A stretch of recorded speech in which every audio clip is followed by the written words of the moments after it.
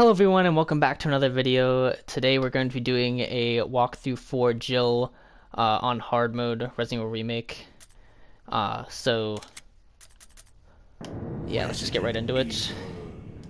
Same thing as last time. I'm not going to be, I'm just going to do BSA Jill. I'm not going to be, I'm going to be skipping the cutscenes because if you have, if you've already played, if you're playing on hard mode, you've already played through the game, and if you haven't played through the game yet, I don't want to spoil it. So that's a good reason to skip the cutscenes, and also it just saves time. So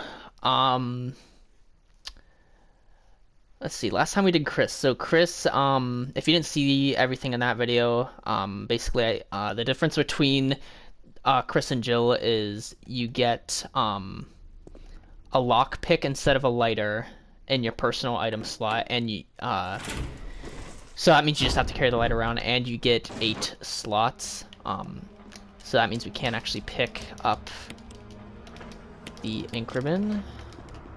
And I'll actually show you a interesting thing that happens here. If you go back out into the dining room, Wesker will be like, "Oh, go investigate." And then if you try to go out again, Barry will say you have cold feet or something, and then you come in this part and then go back, and basically the zombie will come through that door and Barry will kill him. So that's just like an interesting thing. Like I never knew that before, like watching speedruns. Like I've always just went through the door like how I did with Chris. If you didn't see my Chris, my Chris walkthrough, that's how you're supposed to do it. But if like if you do that with Jill, that's just like an extra thing that can happen. So basically Jill has the privilege of having Barry, and Barry gives us some stuff throughout the run, I think. So he gives us a lockpick and some acid rounds, I think. I don't know, I thought there was more.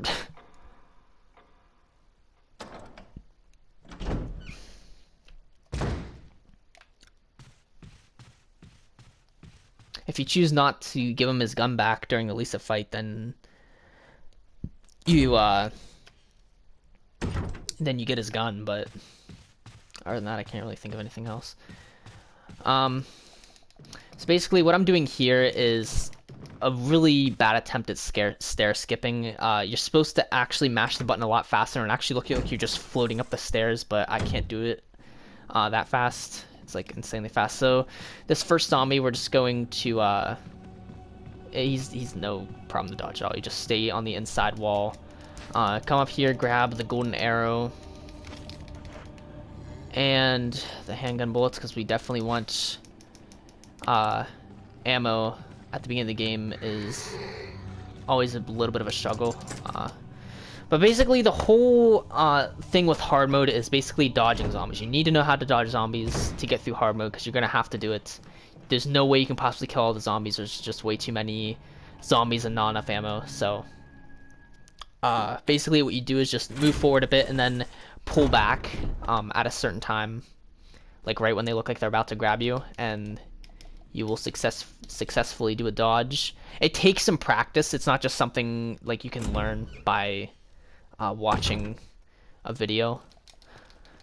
So you have to just practice it, you know. It doesn't have to be on normal. Okay, so if this zombie, most of the time he'll be back further, but if he doesn't, just wait till he gets to the stairs, because then zombies actually don't grab you on the stairs. I made the mistake again of activating that zombie over to the left. I did that in my Chris run through too. I swear if you run on this side he doesn't activate, but I guess he is activating.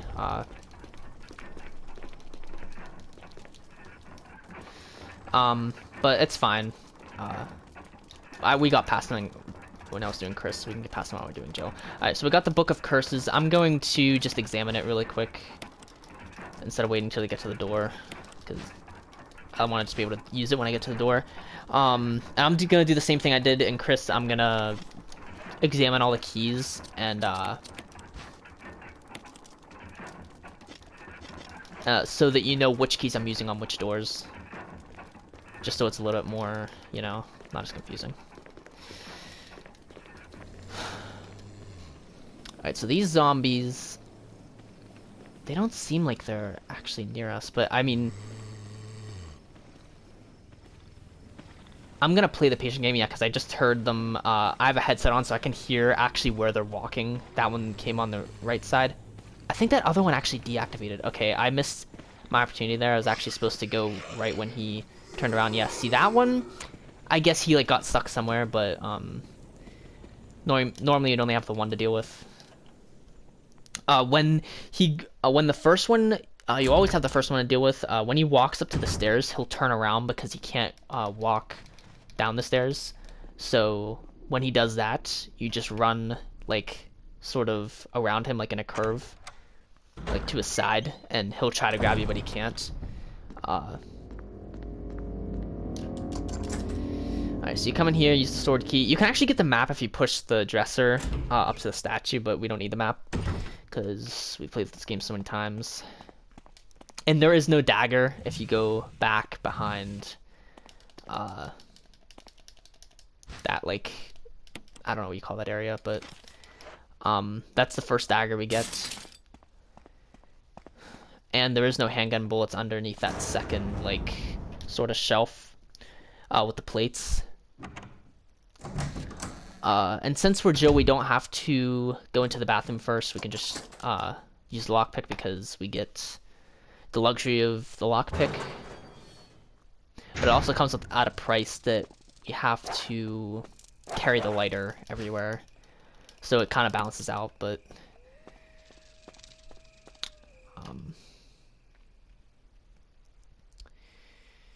yeah. And Jill, if you go in here with Jill, you actually will stomp on the zombie's head instead of having to dodge around him like Chris does. So if you skip the cutscene, Jill actually stomps on his head and then goes and throws up on the toilet. So that's a fun cutscene to watch. And you get a dagger in there, so that's honestly kind of better. With Chris, after going through this part of the hallway, we only ended up with one dagger, but if you're Joe, you end up with 3 because you actually go into...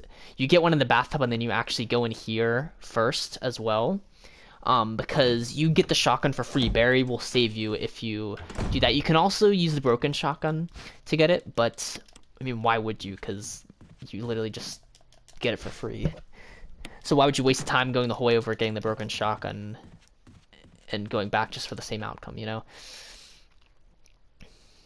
And if you do it this way, you get a pretty cool cutscene, so... basically, the ceiling is coming down on us, and the doors are locked. And Barry will come, basically shoot the doorknob and pull us out, so... Very nice guy.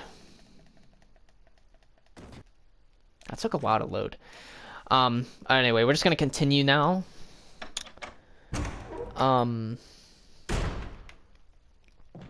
So since we don't, since we're Jill, we don't start off with the lighter right away, so we're gonna have to dodge around the zombies a little bit more than we did with Chris, but same thing with this zombie, is you can try to sneak by there, but I think it's safer just to wait till he's on the stairs and just go around him like that.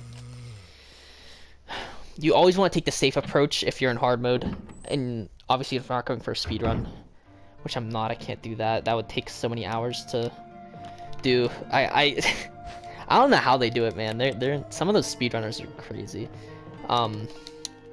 But basically we have hold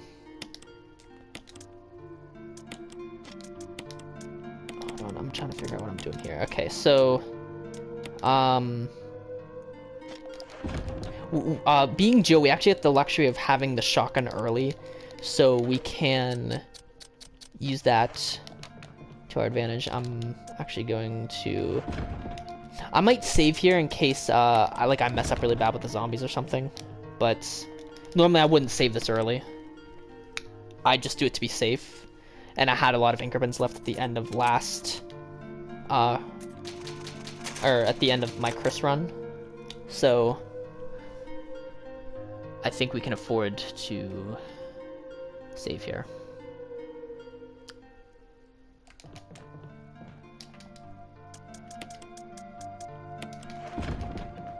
Alright, and basically the shotgun allows us to decapitate zombies, and that's like the two ways. I completely forgot to explain like how the zombies work. So basically, if you kill a zombie and don't like do anything with it, later it'll turn into a crimson head unless you burn it or I'm actually, since I couldn't dodge the zombie, I'm gonna let him come down to the stairs as well, so I can just run straight around him.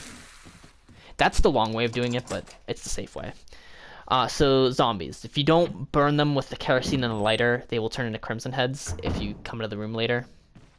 But the other way of disposing of them is decapitating their heads, which is easiest to do with the shotgun. It's not 100%. It's about, I'd say, like 60%, I think it is. I don't know. I think it's 60% with the shotgun and 70% with the assault shotgun. But don't quote me on that. Could be something different. Okay, so the lighter is over here. And basically, we're gonna try to decapitate all of these guys. We're gonna attempt to. Because we gotta kill 4, and we only need 2 shotgun shells to kill the dogs, so... But, I mean, we could also try to double burn here. It's honestly up to you what to do at this point, but I'm gonna get rid of these 2 with the like normally. And okay, that guy's down there, so he's not gonna bother us.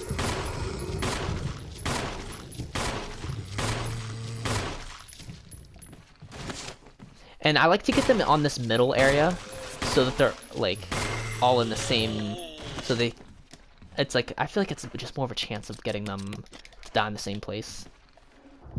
I don't know where this guy's going.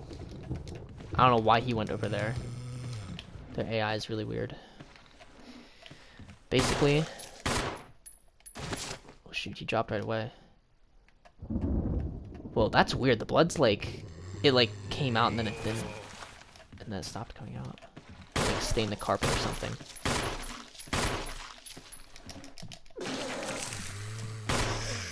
Oh, perfect. Okay. This is a great opportunity for a double burn, and basically what a double burn is if you get to burn both of them at the same time, which I think we definitely have. Yeah, it definitely looks like we got it. Yeah, they're both burnt. So that was a very good scenario. So good thing I didn't go for the decapitation, because I actually was able to double burn them. And oh wait, we have everything we need. We don't even need to go back to the save room. Oh wait, no, we sword key. Sorry.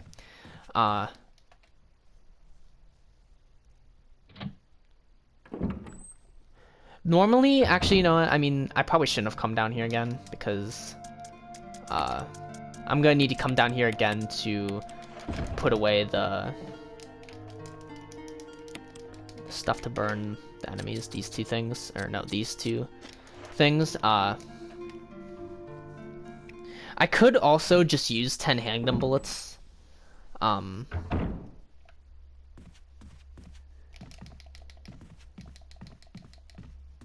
there is another zombie around the corner over there, but he never comes around unless you actually go down there. So, and we're not going down there. We don't need to.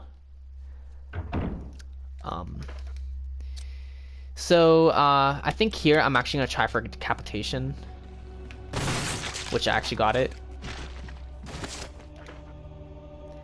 And for this next one, I'm just gonna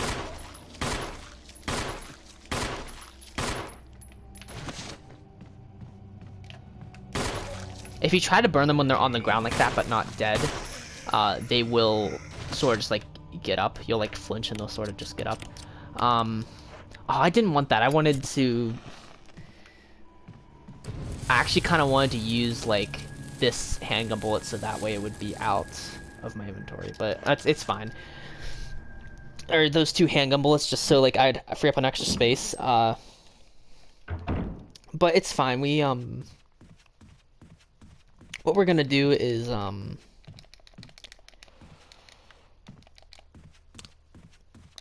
we're going to refill the fuel canteen, and then that will be it for this like canister, because you only get 4 in hard mode and in normal actually. And we're just gonna put them away for now.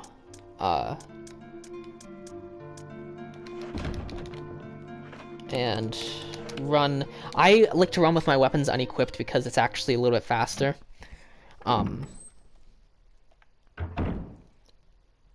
It's not like any reason, but I think it helps me dodge zombies a little better. So, but it's not like anything crazy. But I actually do kind of recommend doing it this way though.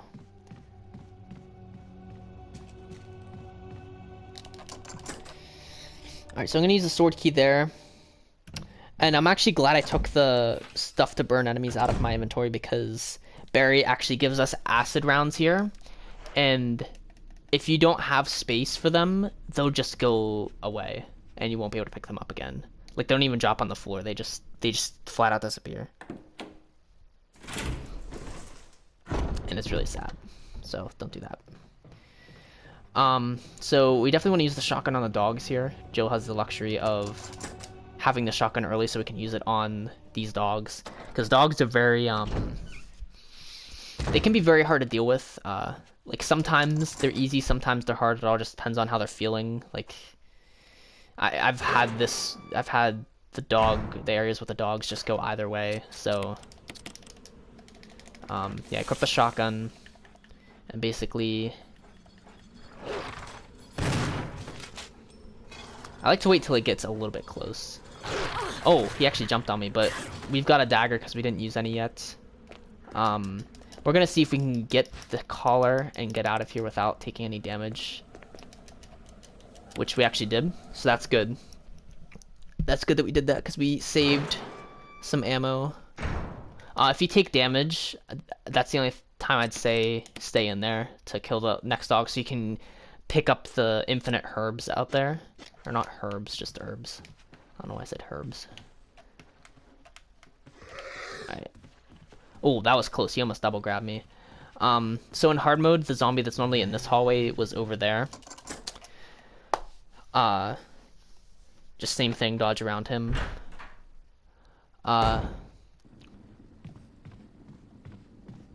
You actually can take out this Crimson Head, which I think I will do early.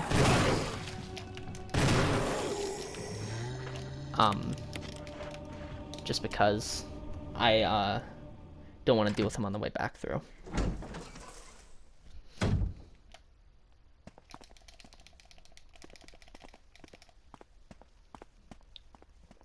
Alright, so it doesn't really matter when you kill that Crimson Head, but we're going to take the key here, and it looks like that thing's coming at you, but time stops pretty much when you're in your inventory. So examine the armor key so we know which one it is. Examine the collar to get the coin, which then turns into an imitation of a key. And then we use the imitation of a key. And then we get the actual armor key.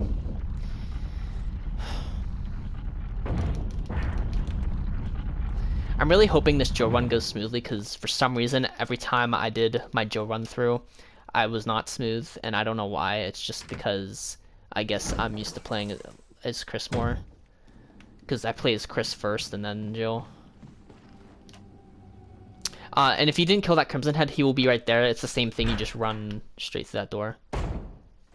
What the heck? I didn't see the door open there. That was weird. I wonder if that was just like a glitch or something.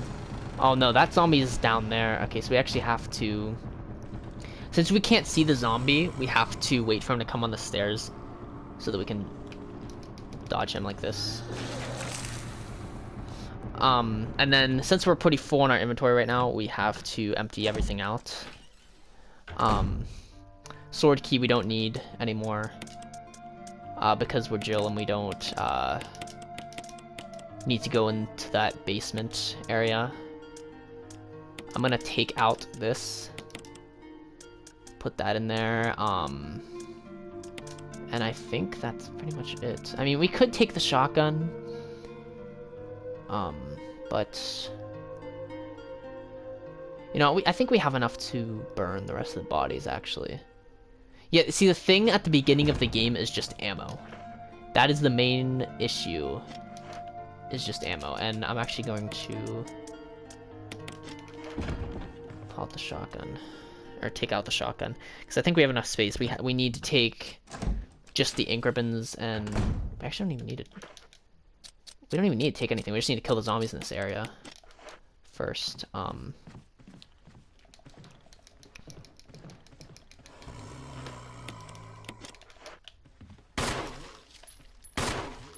Alright, I'm gonna shoot both these zombies so they aggro towards me, and then I'm just gonna wait for the decapitation and try to...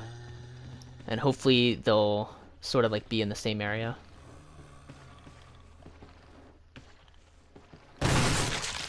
Oh wow, I actually hit him.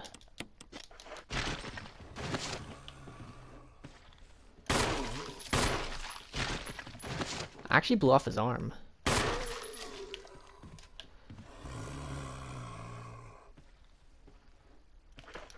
Alright, so this guy at the bottom of the stairs, I'm sort of just like waiting for him to come up.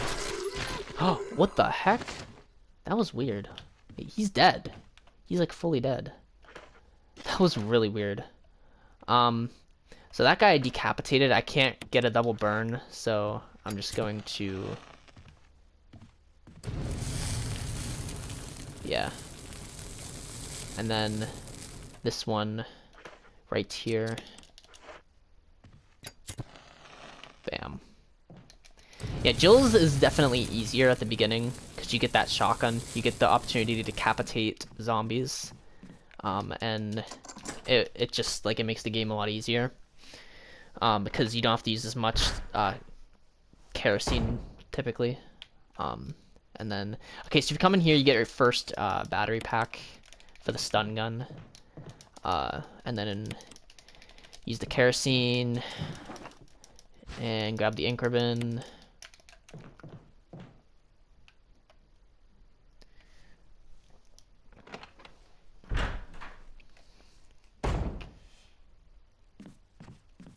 And I mean, Jill actually kind of needs the shotgun because Chris gets flash grenades, which decapitate 100% of the time.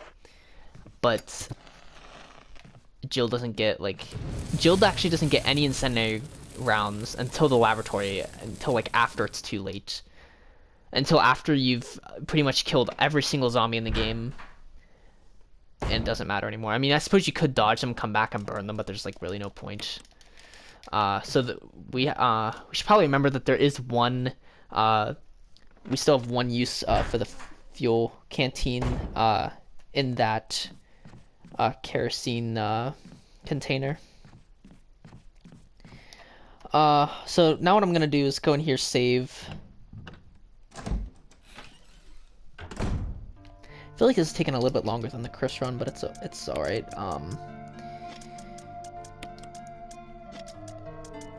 We can... I was trying to organize a little bit. I'm trying to think of what I need later. So I need that. That'll be in the space of the death mask. And then I should still have 2 spaces left for handgun ammo. Alright. Yeah. I think this is what we're doing here.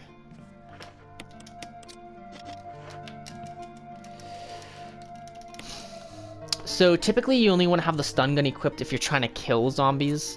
And like it sort of just helps to, like, if you intentionally get grabbed and then stun them, and it'll help kill them faster, sort of save ammo a little bit. Daggers are pretty much just like if you're trying to get away from them. They still do a good bit of damage, but stun gun does more. So if you're trying to actually kill enemies, you want to use the stun gun. And with a flash grenade if you're Chris. But Chris, you want to save the flash grenades for zombies typically, so that you can just decapitate them quickly. Alright. So now, all that's done. We can go in here.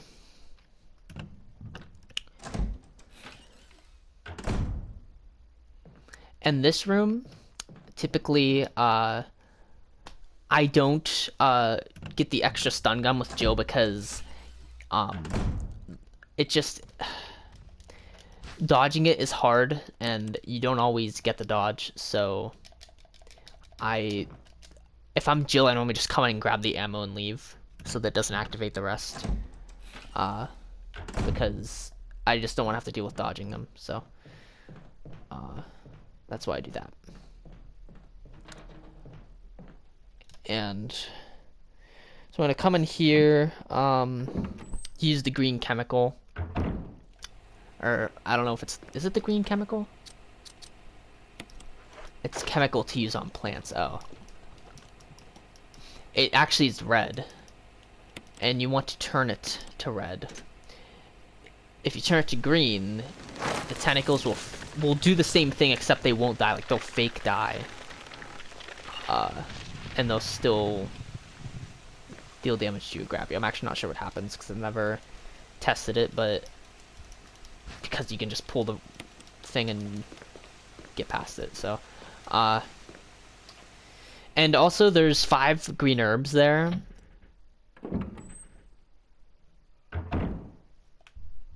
If you need them. Oh man.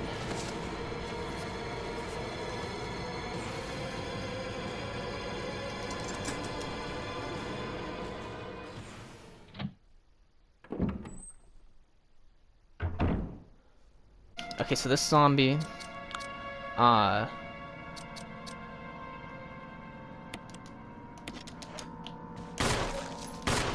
just gonna shoot and burn. Wow, he actually... Can't believe he didn't die. I was fully, like...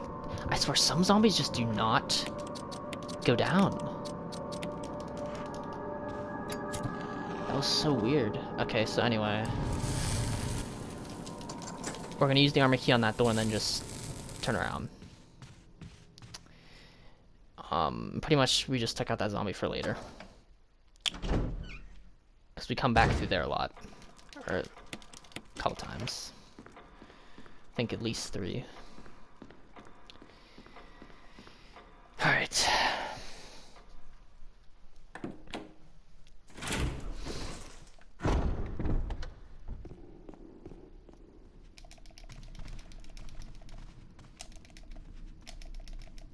Alright, so next, we're going to get the grenade launcher, which we will need to take out Plant 42, and that's pretty much it, I think.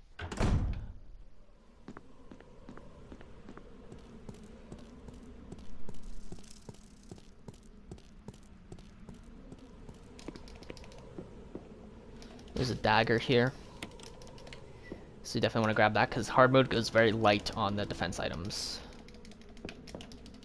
So you want to make sure you get all of them. Alright. Sorry if you can hear my control a little bit. It happens when I try to stair skip. Like I'm trying to do it as fast as possible, and as a result, like, you can hear like that a little bit. But I'm just trying to go faster. All right, so we're gonna do Richard next. We're gonna go save him, bring him the serum, because we're nice.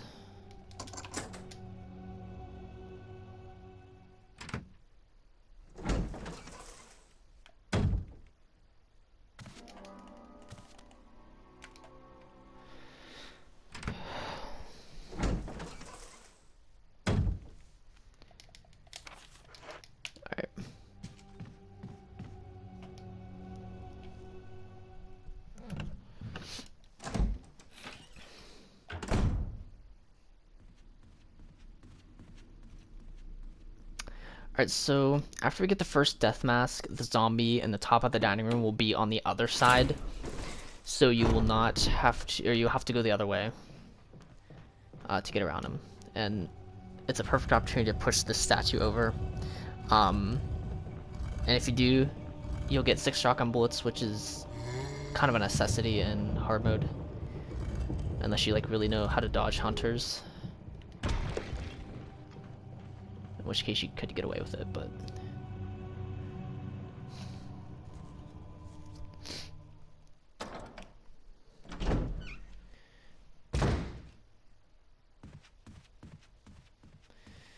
So we're just gonna go over here, get the serum, and put away like everything that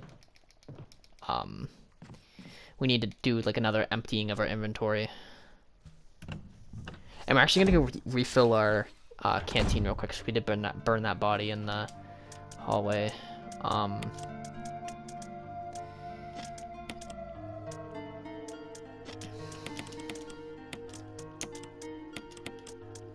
to arrange this in a way that I can not actually combine them with the acid rounds. Okay, yeah, we're putting the death mask there. We don't really need to save yet. I think I don't know if I want to put the pistol away. I'm gonna put the handgun bullets away at least, just because I want a little bit of. I don't want to take the chance of running out of space.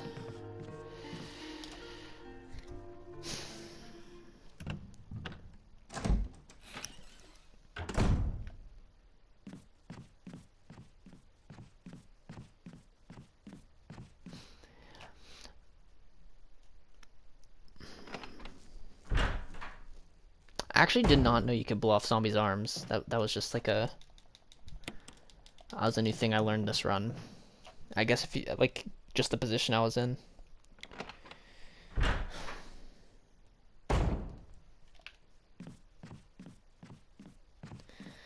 Alright, so now take the serum back to Richard.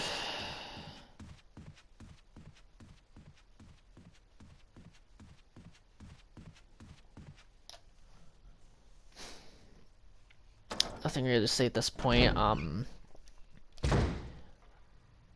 After you get the musical score, you can do one of two things. You can either go down and like do the piano right away, or you can like go around and sort of use the key on all the other armor doors. But it's totally up to you. I normally just I save the musical score for later, just because I think it's easier. But it's totally up to you. Actually, you know what? I might show, depending on how much space I have, I might show the other way. Since I showed the way I normally do in Chris's, I'll do the other way, maybe, for Jill, but... I'm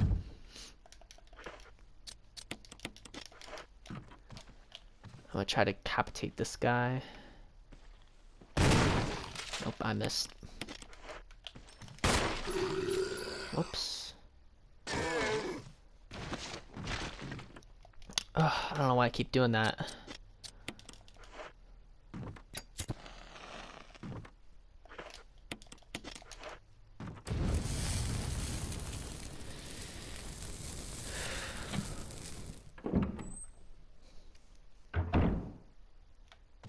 Yeah, we're definitely not struggling with ammo as much in Jill's run as we were with Chris, because you get the shotgun.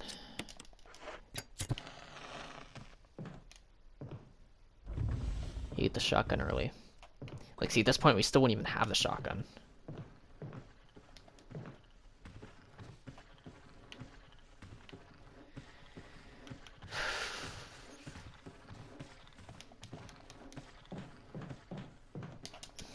Alright. Musical score. The zombie's near the... Yeah, I wasn't gonna try to make that. If the zombie's near the side with the door, just wait for him to go around. It's really just like a waiting game. You think he's gonna catch you when you're coming back out, but he's not. He's really slow. You don't have to worry about him.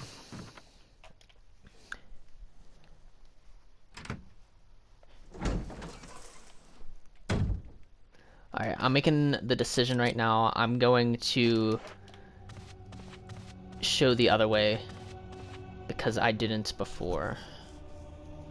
Show the other way.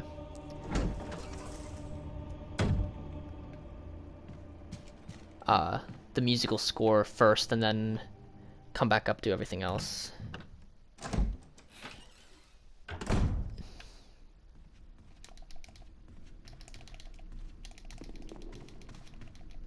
I'm gonna see how it works. This is kind of like a test, but I mean, I should be fine.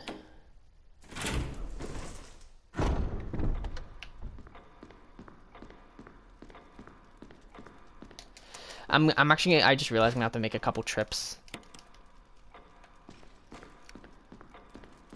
I'm only picking up the blue gem first because I'm out of shotgun bullets, and I could easily combine them into my shotgun. I'm still gonna have to come back and get the emblem after I open the door at the piano, because I don't have enough space.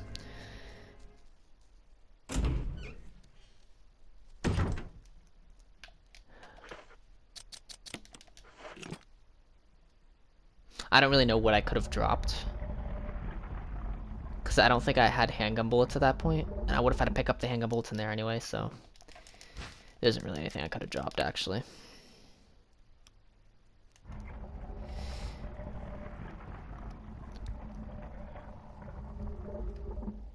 I mean, I guess I could have not taken the shotgun, but... Alright. So next, musical score.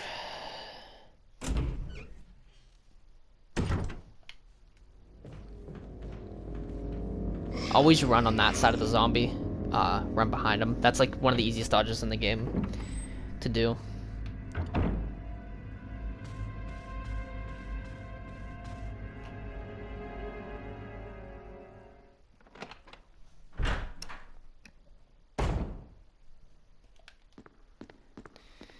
Alright. I kind of know now why I don't do this route. It's because I still have the armor key in my inventory, and it's like, it just kind of like takes up space. And also just feels a lot later in the game than it actually is. Like, it feels weird doing this first, but this is actually the way speedrunners do it, so apparently it's faster. So you play the piano. Whoops, I didn't mean to turn around there. And you can't actually get the emblem. I have to go back and get it because I'm out of space. Oh my gosh, I wasn't trying to do that.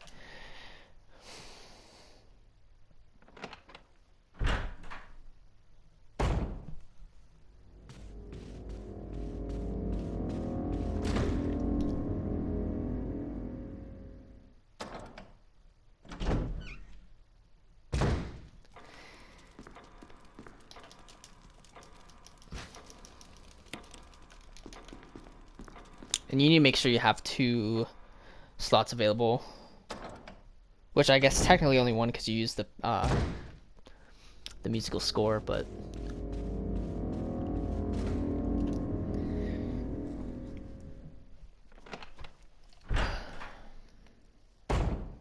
I don't know if this way was shorter or longer or not, but we'll see once we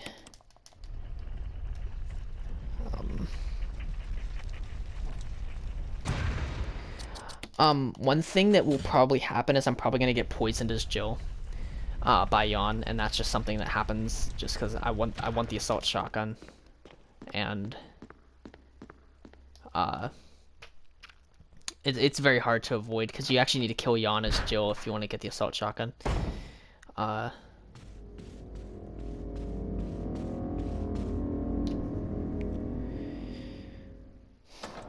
And I don't want to really use the shotgun because I want to save it for hunters later. What am I doing?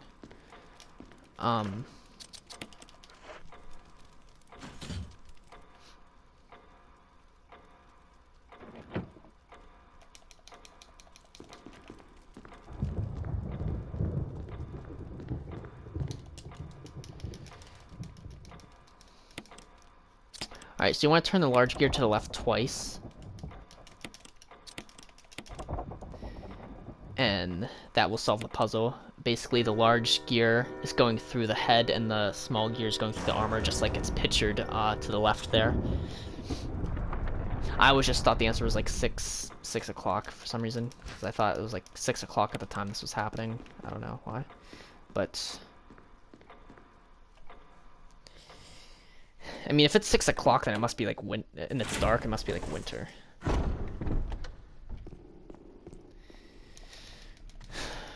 All right, so let's see how this works out. I got the shield key. I'm gonna examine it just so you know. Bam, shield key. And we're fighting Yawn first instead of getting like going through doing everything. No, because normally I fight Yawn last, but it's not really fighting Yawn, it's just getting the death mask. I guess you're technically fighting him if you're Jill. But if you're Chris, you're just sort of just grabbing the death mask and running. But I'm kind of expecting to get poisoned here and having to go to the item box in the medical room. But I don't know. I'm gonna equip the pistol.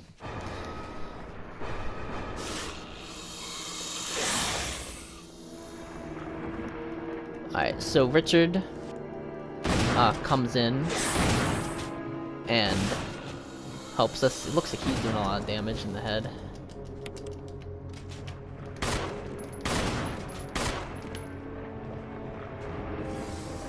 I'm gonna try my best not to take damage, but it's really hard. Oh man. Oh man, oh man, oh man. Oh! We actually made it out with like, oh wait, no, it comes back alive. Sorry. Thanks.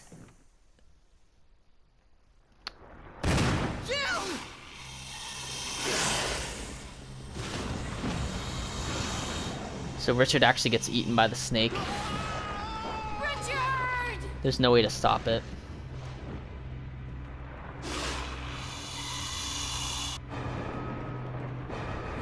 Yeah, I'm not out of the woods yet. If he just sits there and hisses at me, I'm good, but... Oh, we did it! We actually got out of there without taking poison damage. Let's go. But the thing is, we're still not going to have enough space to pick up the other death mask, so we still have to go down to the item box. Oh well, we tried.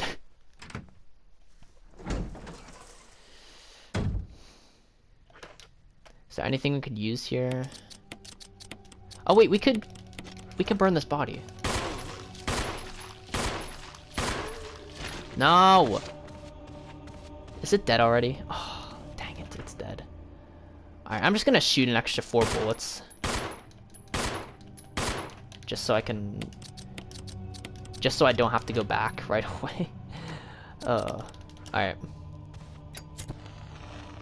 I can't believe I'm actually wasting bullets in hard mode. That doesn't actually do any damage. If you burn yourself, it doesn't do any damage.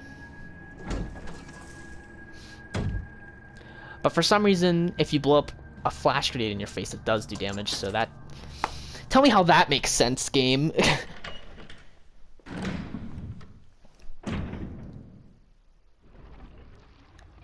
It doesn't even look like a flash grenade, it looks like a hand grenade. There's actually like an explosion.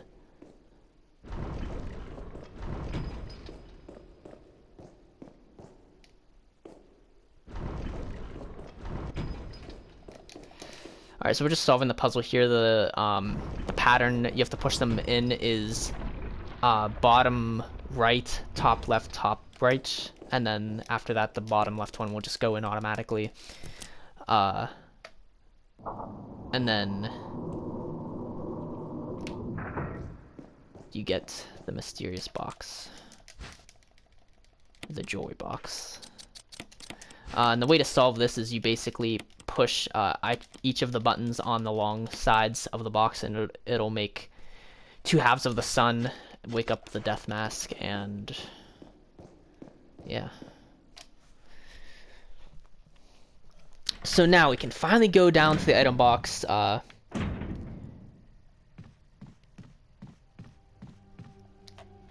And you know, this way actually is kind of better because all I have to do from this point is get the wind crest and then solve that puzzle, and I'm pretty much done. Maybe that way is actually better. At first I thought, I'm like, it's not, you know, worth it. If you're Chris, I think you have to do it the other way. I'm not 100% sure though. Oh yeah, I did have 3 handgun bullets there. Okay. So, we are going to... We're putting away the handgun. And... pretty much everything.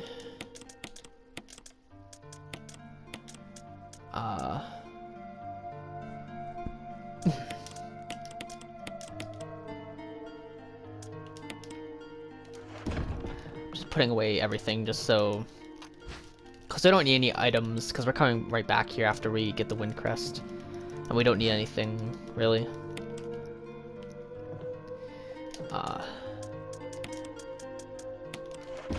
Oh wait, hold on, first aid spray. Back in the box. Oh, whoops, what? I didn't mean to do that.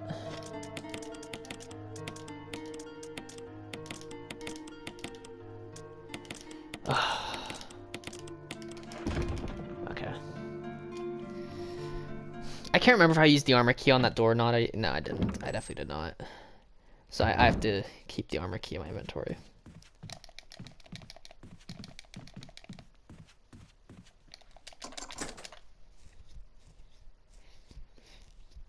I think all is in the other room is just ink ribbons. But I'll get them just in case I need to save. Okay, now that I did that, I'm actually fully expecting this run to be faster than my last one.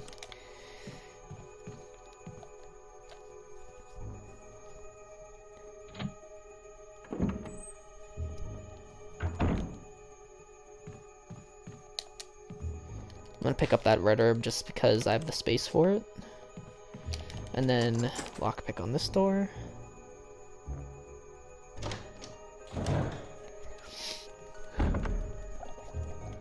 Oh wait, Barry's not in here because... I think because we went to go kill Jan first.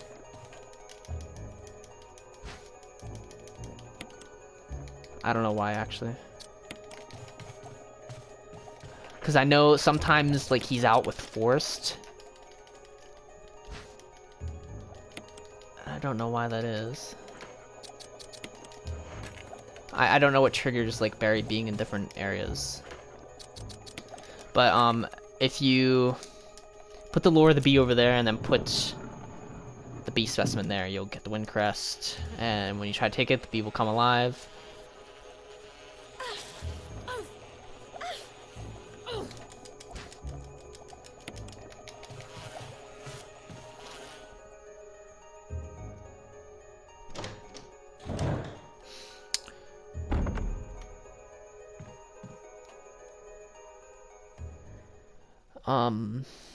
Alright, so this is kind of nice actually now, because all we have to do is get the shotgun and all the death masks, save, and then we're pretty much good.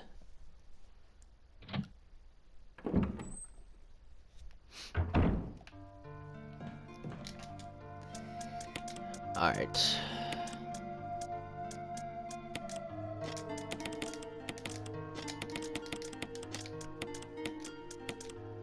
Alright, just put all these death masks in our inventory. I'm gonna,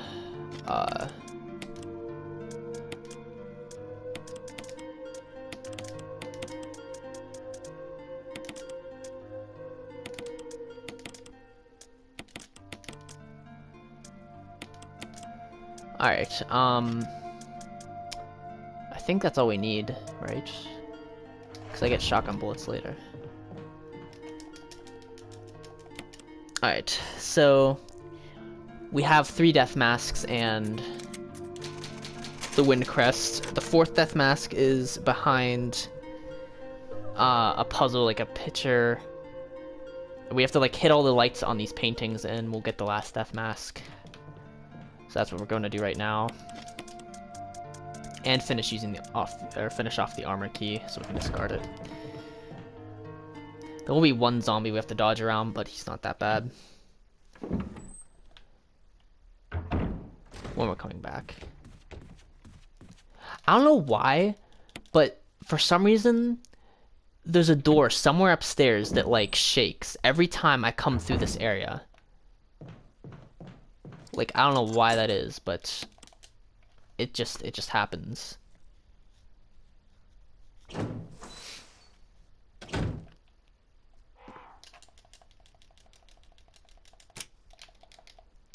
Alright. So you hit the first painting on the front side, and then on the back side you hit paintings 2 and 3.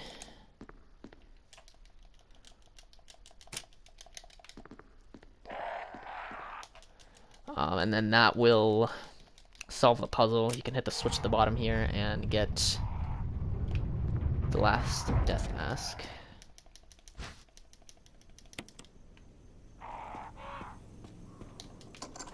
And once you got here, the zombies will be despawned. You won't have to worry about the zombies anymore.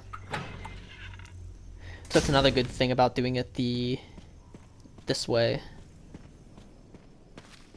Doing the musical score first.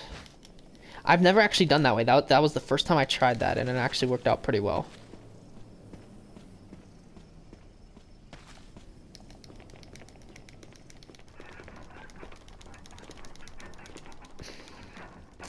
I'm trying to stair skip as fast as I can. I just can't do it as well as the pros, man.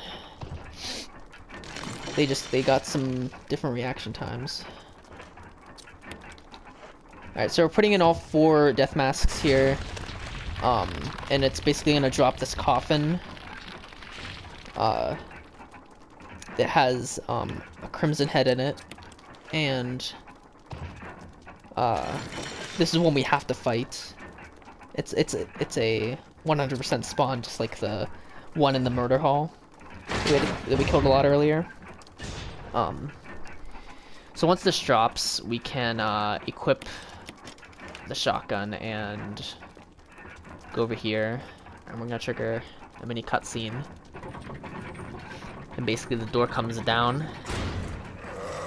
Crimson head gets up. I like how they try to make this like almost like you're in hell and this is the devil right here and you have to fight him. Oh shoot, I didn't mean to take damage. Why isn't he dying? Okay, he's dead. I had a little bit of trouble that time. I was not expecting... I didn't do my normal like run around, dodge, shoot, dodge. I don't know why I didn't. Guess because I was getting caught up in like the scenario of all this, like the fact that we're like underground, that there's like fire everywhere, and it. So I guess it's kind of a good thing we used the dagger on him because we saved the stun gun for like a stronger enemy because the stun gun does more damage. I actually didn't mean to reload my shotgun there. What you want to do is empty out like the normal shotgun as fast as possible, and then once you do, switch to the assault shotgun, which is what we'll use for the rest of the game. My plan was pretty much to use 4 shotgun bullets on him. Yeah, just dodge that zombie really quick. Use 4 shotgun bullets on the Crimson Head, and then 2 on the dogs. Which dogs probably take more than 2, but this dog you don't have to worry about. You just run past, put the stone and metal object in to the door, and you should be good.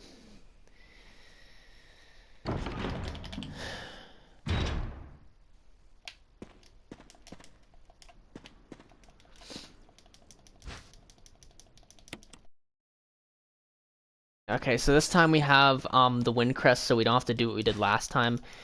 We can just put the wind crest in and get the magnum. So this time I'll show you how to properly do it. Definitely think this run is definitely, I think, turning out to be better than my curse run. So this one you hit west. That one was spinning really fast. I'm surprised I got that.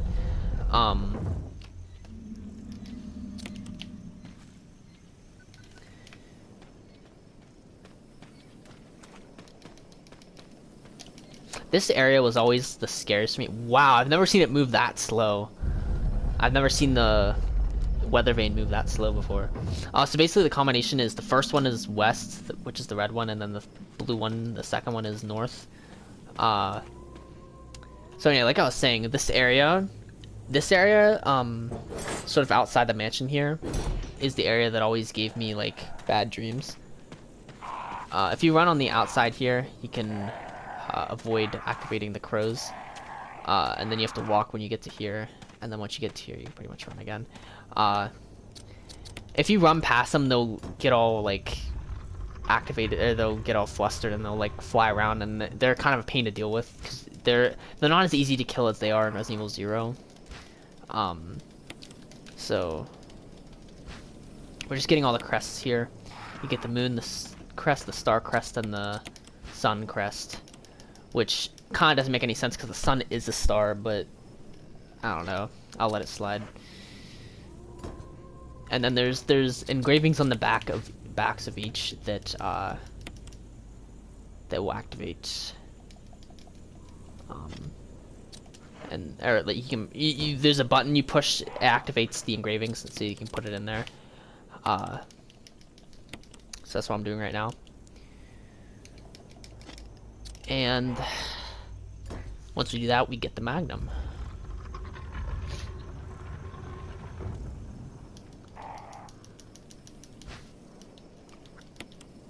Alright.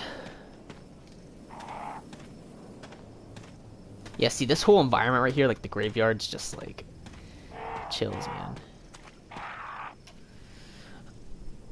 But the real scary part is like in the cabin with Lisa. Like I remember that was always just really scary because you can't.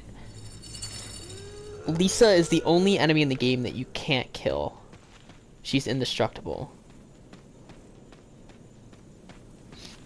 And it's pretty scary. And like especially in these woods, like I would imagine like it would be so much more scary if she was like chasing you down like these paths like through the woods.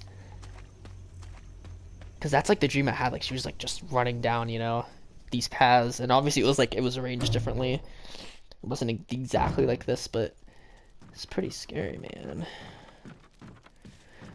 And I'm just like kind of curious, like what part did it for most people in this game? Because I know everyone has kind of like a part.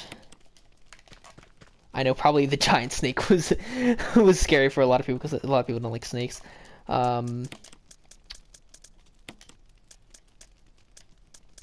Okay, wait. We're gonna keep the first aid spray in our inventory. We're gonna put the magnum away though. Cause I always just take a hit with Lisa. Because I cannot figure out for the life of me how to dodge her properly. So Lisa, as you saw right there, is this thing that just knocked us out. We're dead. Game's over. Just kidding, we're alive. So this, we have to dodge around her, and that was the worst time for the recording to stop. Oh my gosh, what is going on? I really hope the recording's still going.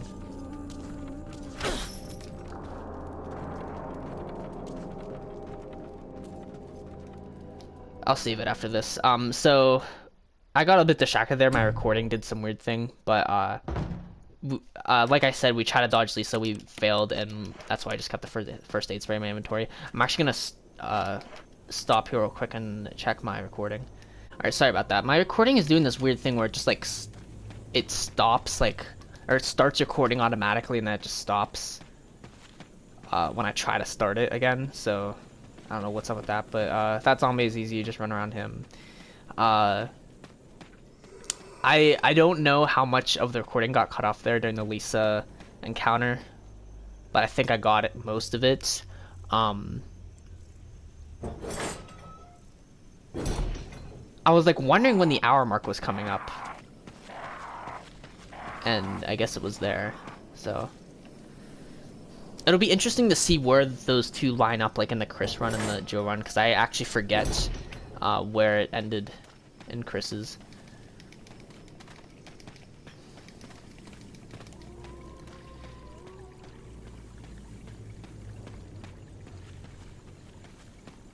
Alright.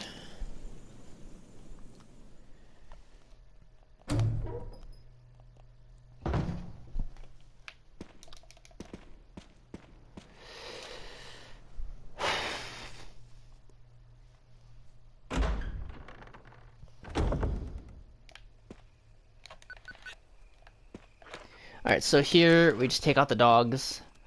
They'll either die in one shot or two shots.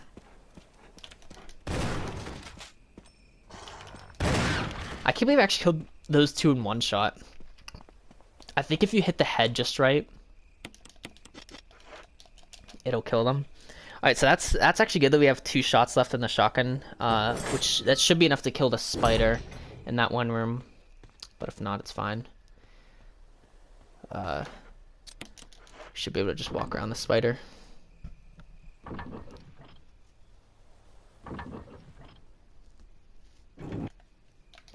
Alright, so we used the crank there that we got from the cabin to lower the water and get past here pretty much. We're gonna be away from the mansion for a while. Like, we're gonna be like in the residence, or the guardhouse, whatever you want to call it, for a little bit.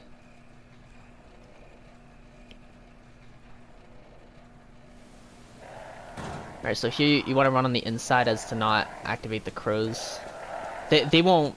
You're not in this area for very long, so it doesn't really matter if you do in this area. It does in the graveyard, so don't activate them in the graveyard. Otherwise, you'll have a hard time when you're coming back. Just a safety precaution. These snakes, I don't think do anything other than just look cool. But yeah, I don't know. So yeah, we're in the residence now. I normally like to come over here, pick up this blue herb, because it's just in case.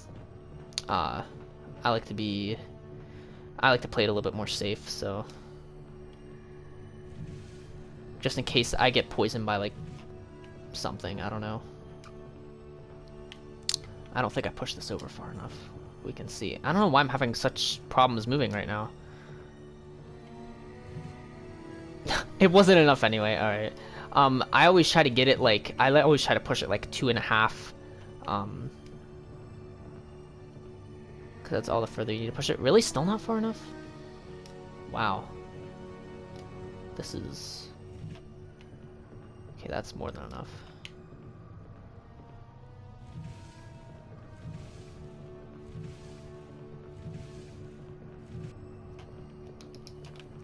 Alright, so you push that, and then I go into this room, and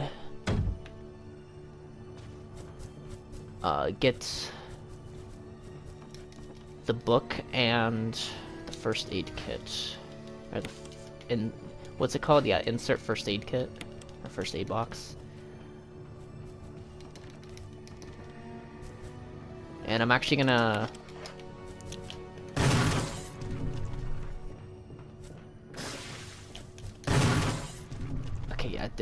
I didn't think it would, but I don't want to reload my shotgun, so I kind of just wasted 2 bullets there. You technically don't need to kill that spider. I normally do just because I don't like to take chances. That's probably an area where I could have saved ammo last time. I literally ended the game with like with 0 bullets left. I had just my handgun left, like in the tyrant fight. Like I cut my ammo really close. So I want to try to play it a little bit more safe this time. I'm gonna put that up there.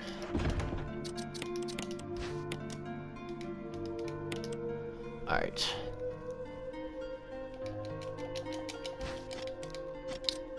I'm gonna combine this with this, and put that there, and then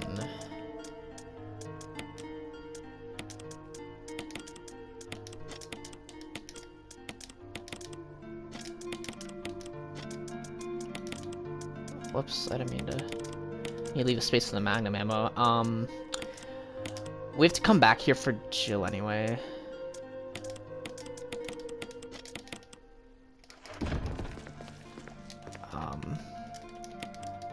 Just gonna refill that real quick.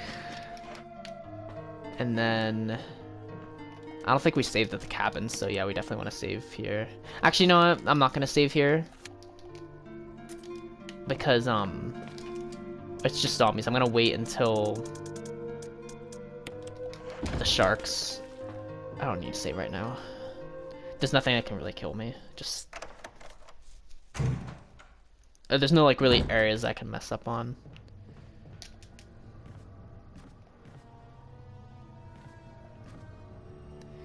So yeah, you have to push that box over the hole to get over this area, because if you don't, then a tentacle will come up and sort of grab you and you'll take a little bit of damage. I don't think it's actually that much though. If you shake it off, it's not that much. So I mean, you could, like, speedrunners don't push the box over. Like you could technically probably get away with it, but all right. So this room,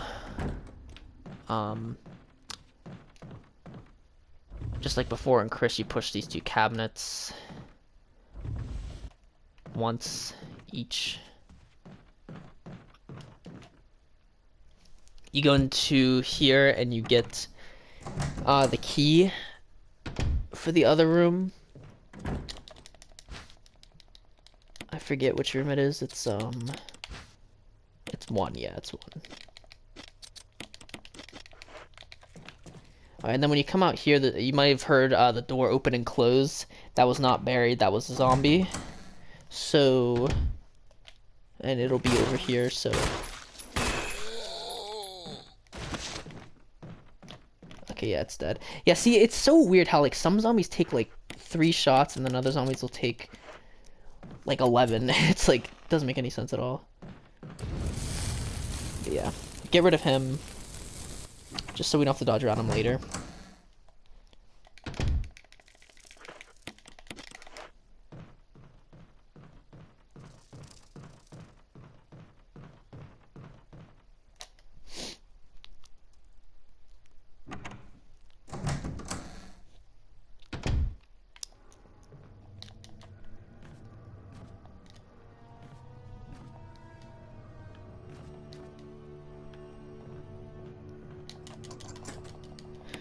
Alright.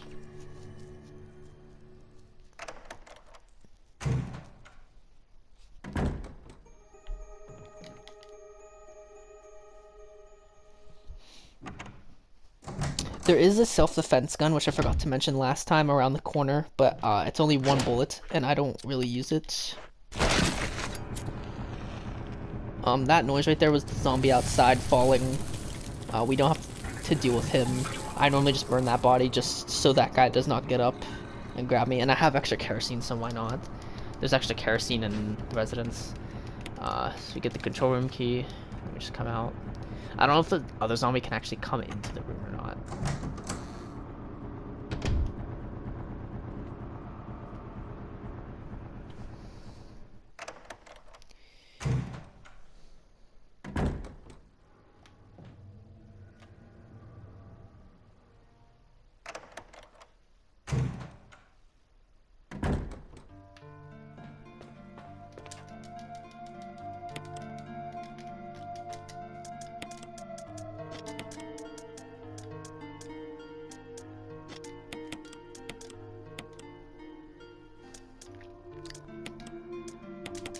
Actually, you know what? We won't have to come back here for Plant 42 because we're gonna take this and this. And we should be fine. Wait, hold on. Red book. That. Alright. Should have everything we need now.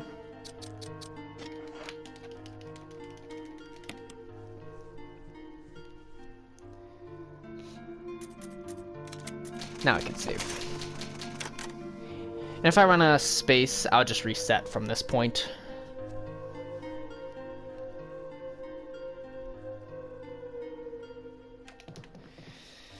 Alright. Sorry, I've gone a little bit quiet. It's just there's nothing really I can think of. We're coming up on the shark area, and I have an easy way of getting around that. It's worked for me 100% of the time. So we don't need to take anything down to really kill the sharks. I mean, we have the shotgun, but we're not going to shoot the sharks at all.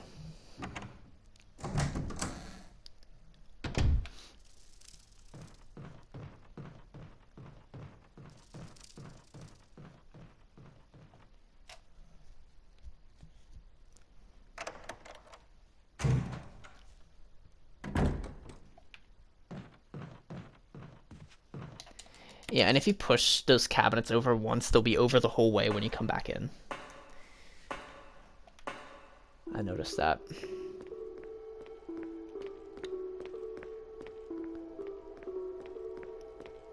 So we're down here. This is where the game takes a bit of an interesting turn. Like, from this point on, we've only seen like, or from up to this point, we've only seen like older style, like mansions, cabins, stuff like that. So this is kind of like, it's a change, get a little bit interesting. You're like, whoa, is there like a secret behind this place or something? And you might have heard me say that there are sharks, because there are in fact sharks, but we will not have to deal with them because of a trick that I have.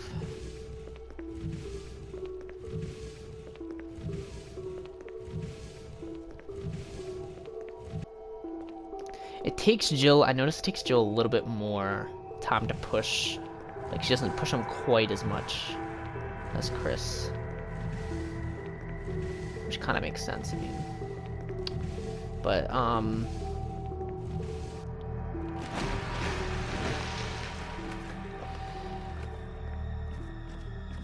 so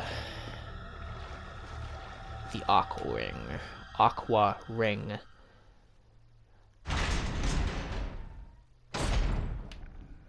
don't know why I can't say that word. Aqua ring.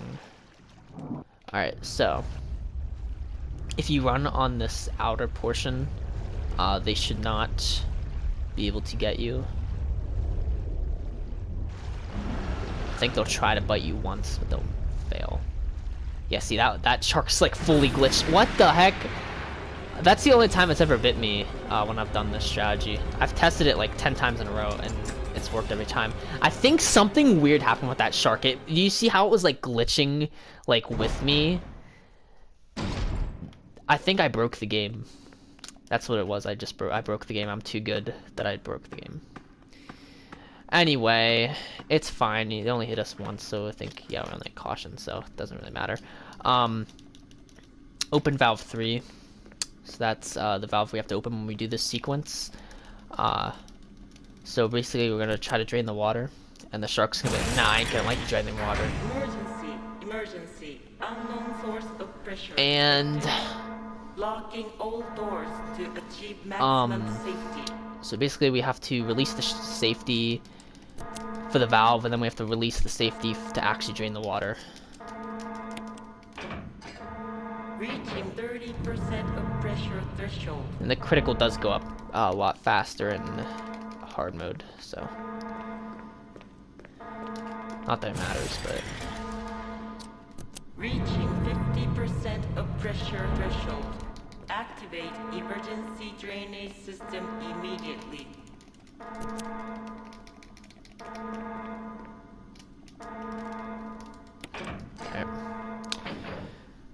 And it's pretty much done. Now all I have to do is just drain the water.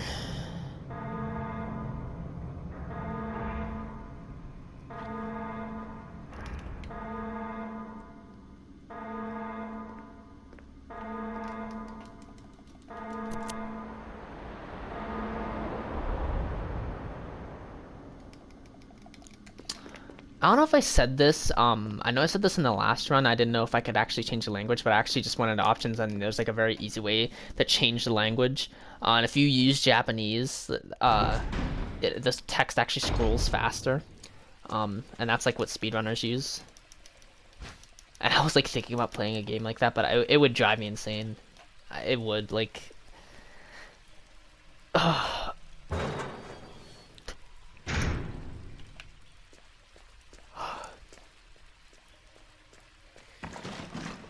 So that shark's there, but he can't really hurt us. So we just run right past him.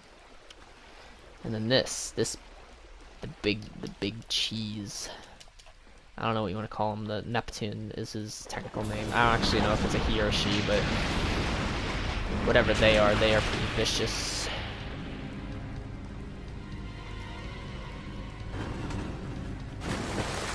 Push that in there. And pull the lever to electrocute the shark.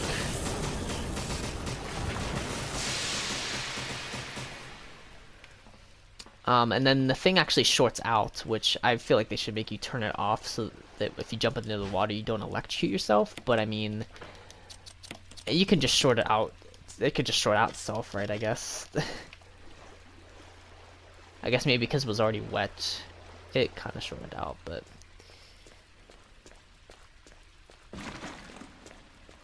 Yeah, that shark will flop around, but it can't do anything. You can actually kill it, but there's no point.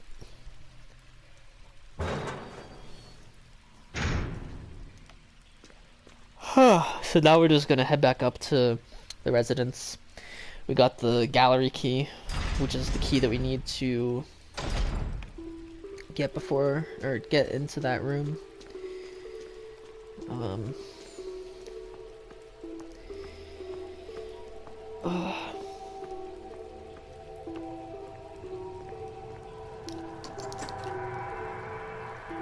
Very cool track they used in this area, I will say.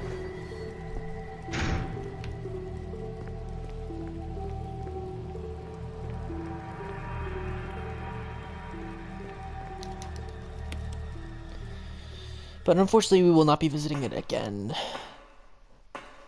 I mean, you actually could. It would be a good strategy to, because Jill can actually use, the V-Jolt on Plant 42, which I actually completely forgot about. That's probably what I'll do. Actually, I didn't even think of that. Jill has the luxury of, using the chemicals to make V-Jolt. But before we can do that, we have to, get the keys to go into this room. I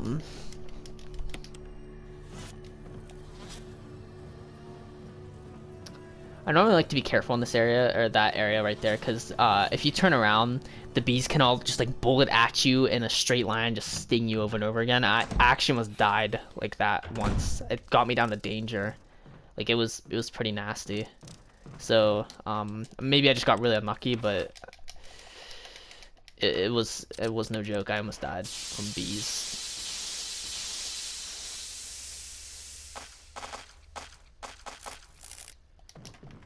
That was a shorter cutscene. I noticed that the length of that cutscene is longer sometimes than others, which is a weird thing. So this whole time I actually planned for a fight with Plant 42, but I don't actually think I'm gonna have to do that fight at all. I think I can just avoid it. So I'm just gonna pick up pretty much everything in this area, use the key, unlock the door, and then go back to the item box, drop everything, and then make V-Jolt, go down and dispose of Plant 42. And the funny thing is, I said we're never gonna go back in that area again, and we actually are gonna go back to that area. Alright, so we got the key for room 3. And we're gonna go in and just get the red book out of inventory. Even though it'd be faster just to go back to that inbox, I just want to solve the puzzle real quick.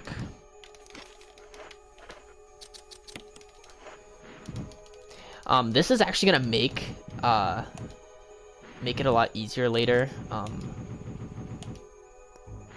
We're gonna be a lot less tight on ammo, I think.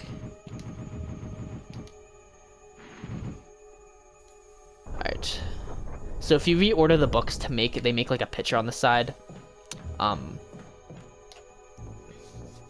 it opens the door. But first we are going to... I was gonna say, if we have 3 spaces, we can make it. If I didn't pick up the extra items in here, I could have made it right away, but I didn't, so we gotta go back. And we actually don't need the grenade launcher anymore, so I guess because we're not fighting Plant 42.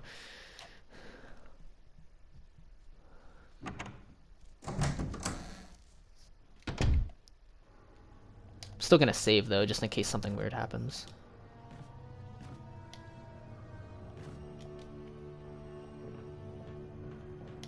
I'm actually kind of excited I get to show how to make V-Jolt now. That's good. I feel like I'm getting the most out of the variety of the 2 stories, at the very least.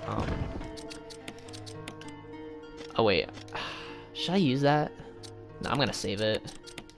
I'm gonna save it for later because it's a blue herb and I don't know, I could have used it.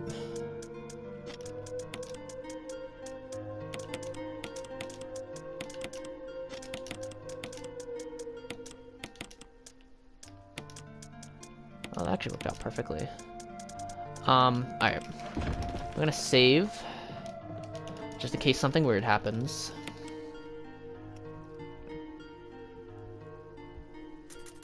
Wow, this is only my 5th time saving. I don't remember how many times I saved the first time. I think it was like 14 or something like that. And Chris's, I'm not really sure though. I'll have to go back and look, because I didn't edit that video yet.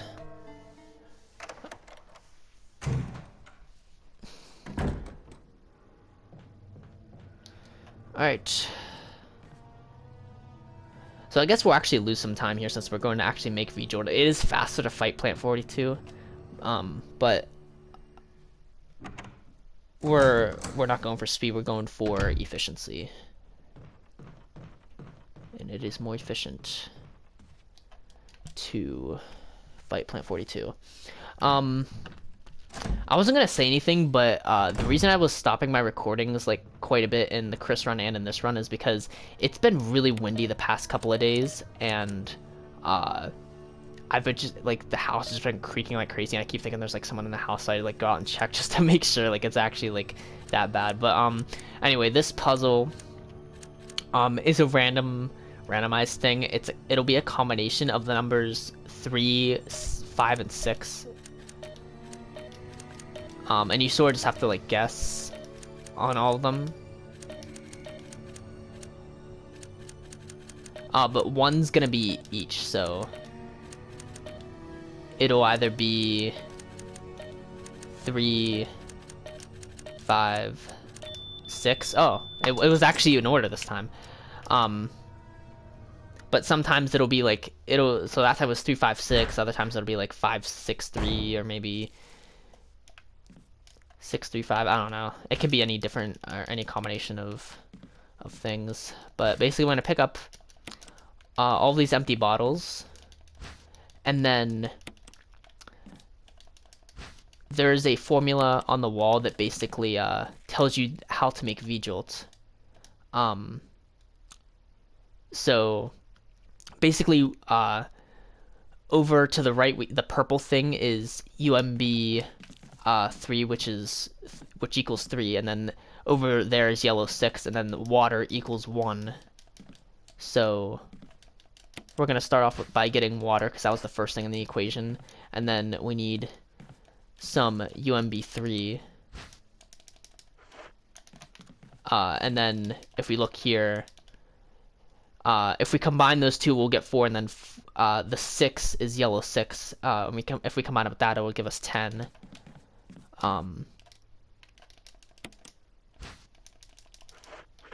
And I don't know if you actually combine it with something else, if it'll make something else, but basically MP number 4, and then combine yellow 6 with that to get UMB number 10, and then actually forget what's next. That's why we have this. So we need another thing of yellow 6, and then more water. And then if we combine these two things together, we'll get VP17. And then one more round of UMB number 3 will make the V-Jolt, which is what we need to kill Plant 42.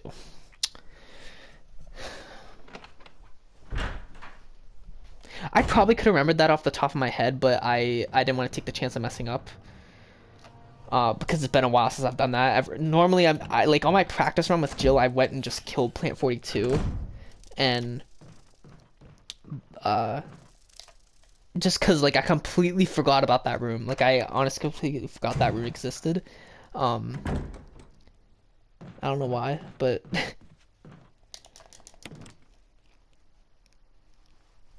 all right.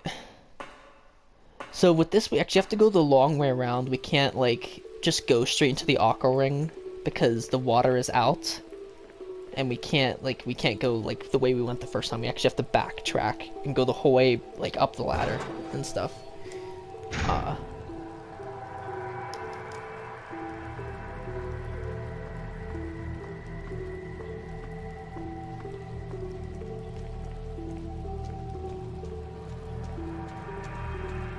So it's interesting. It's been a while since I've done this. This is definitely gonna take a lot longer. I have a feeling this run's gonna be longer. Like I was making good time before, but I think it's gonna take me longer for this run. But it's fine. We're not going for speed. Speed's just a bonus that we could get.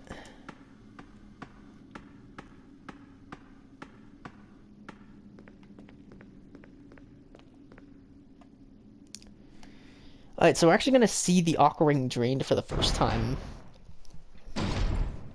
We actually didn't get to see it like this in Chris's run. There'll be another shark there, but if you just go into this room, this is where the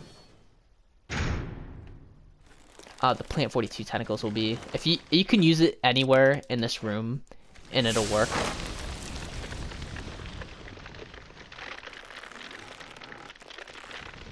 But yeah, if you do that, it will... You probably don't need the bottle anymore, throw it away, and it'll discard all of the bottles. And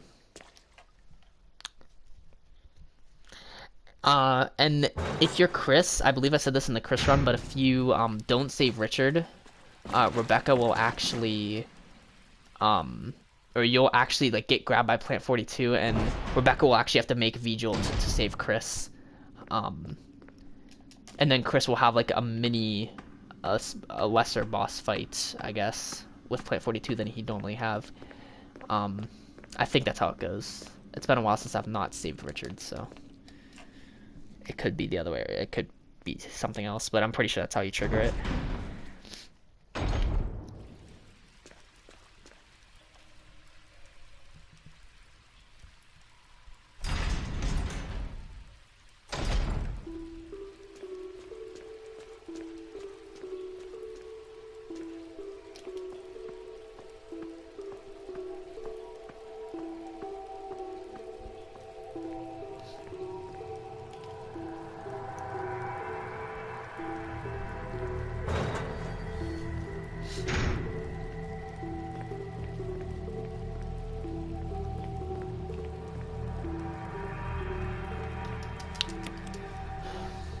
Alright, so now that we did that, Barry should come in with the Flamethrower and just fully take out Plant 42 for us.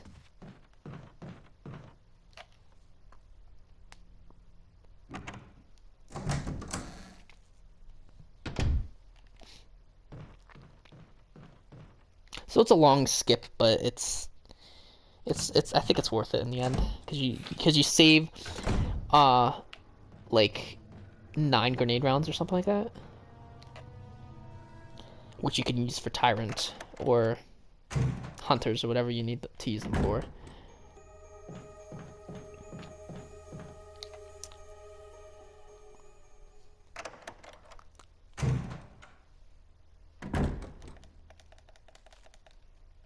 So yeah, it's dead. And we get the helmet key, which I'm going to examine right now.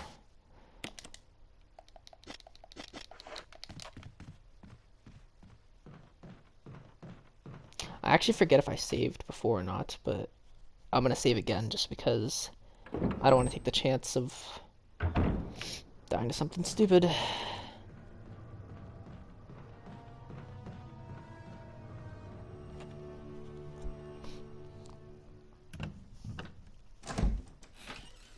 Like a hunter, like a insta-kill hunter animation or something.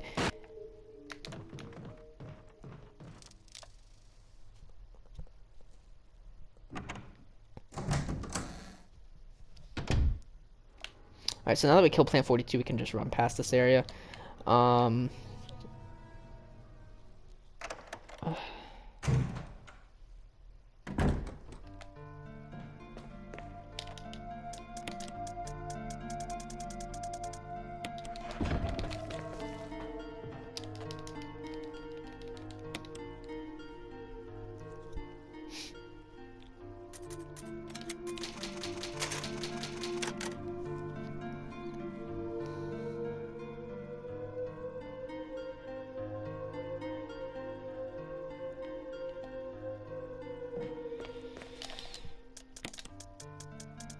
Alright. Oh wait, hold on. I forgot to do something. Handgun.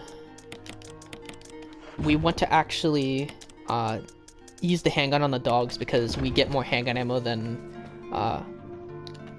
like at this point we have a lot more handgun ammo than any other ammo, so we can use that on the dogs and save shotgun ammo for later. For hunters.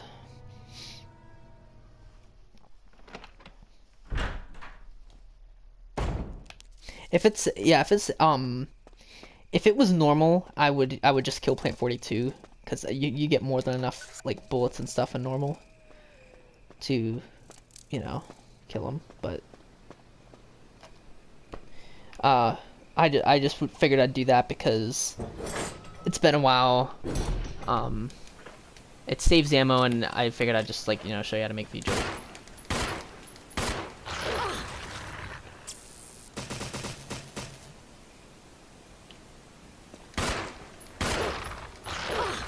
He jumps on me too. Another zap. And he's dead. I actually used 5 handgun bullets. I actually kind of want to use... I wanted to use more. And save my battery pack. Because this is my only defense item is my battery pack. I'm not doing as well on defense items as I was last time.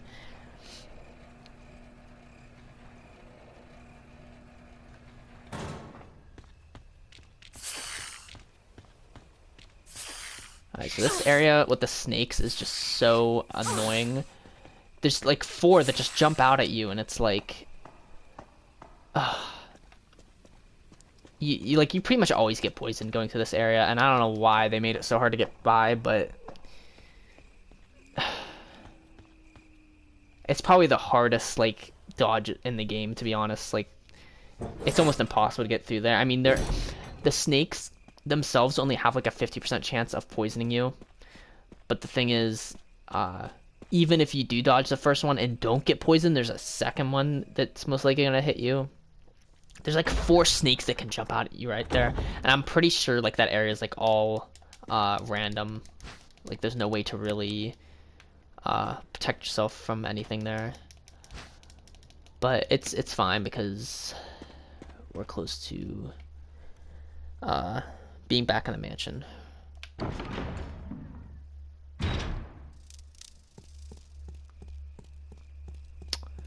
And it is here we will meet our first hunter.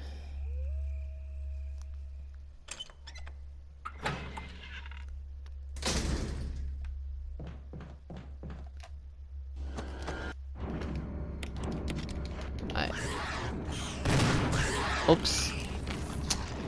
So, I guess...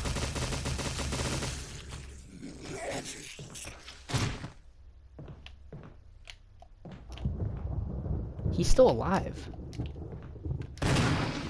Why'd the music stop? That was weird. I don't know why the music stopped like that, but, I'm really not doing so good on defense items. Really again? I need to start aiming up.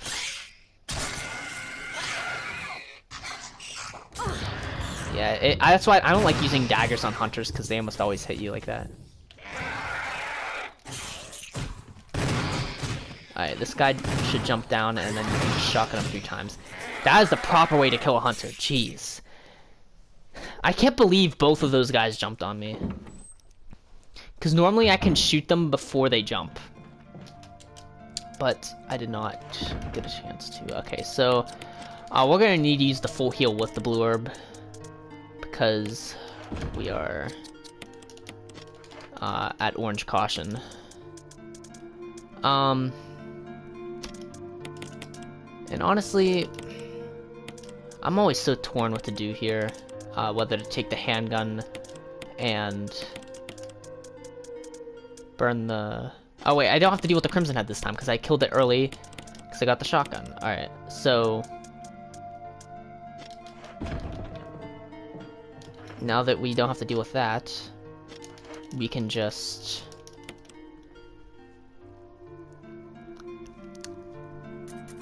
bring this. I really hope I don't run out of space.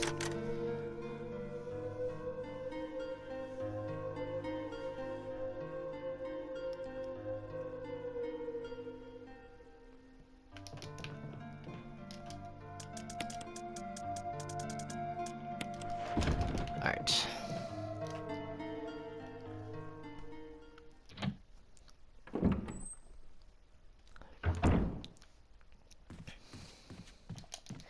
So that's all the hunters for now. Now that we have the helmet key, we can access a bunch of different parts of the mansion that we weren't able to do on the first run through.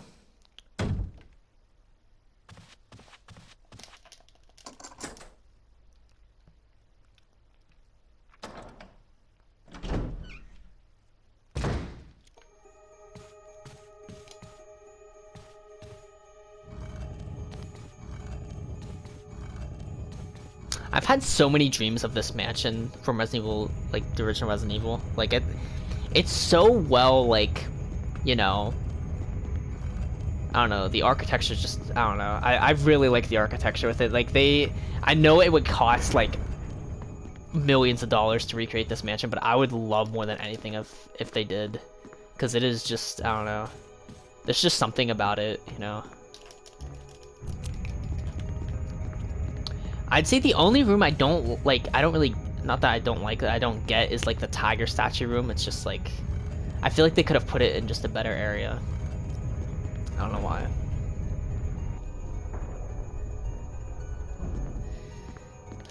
Oh wait, there's no defense item there, it's hard mode.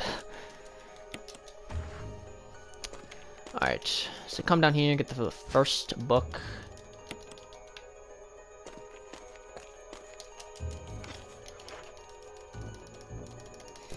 Alright, and then we go down into the basement here.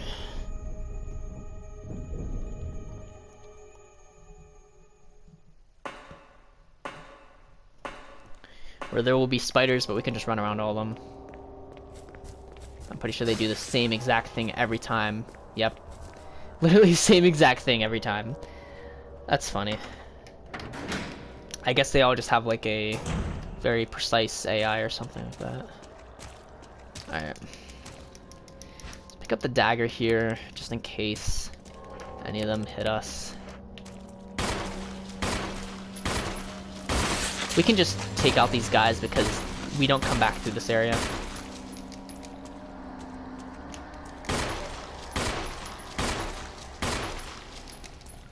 Yeah, see, this is one of those guys that just does not want to go down. Okay, yeah, he's dead.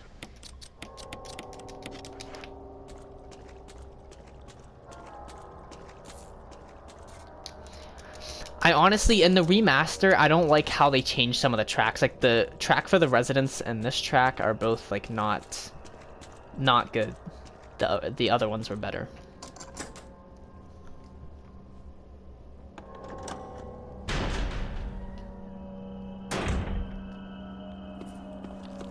Alright, so there's a zombie here. Since we didn't come down here as Joe, we can just lure him around the table. And safely avoid him. But if you're Chris, you can't do that. If you watch my Chris run, you know I actually had to dodge him a different way. Or dodge him normally.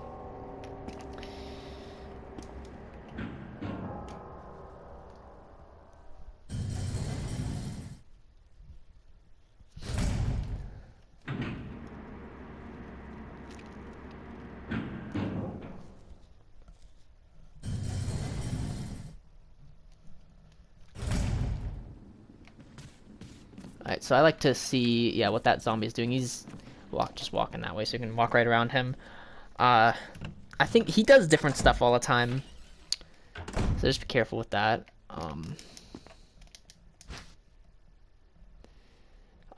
We actually did run out of space here, so that's kind of unfortunate. We're gonna have to come back in here. I'm gonna take the battery and the magnum bullets.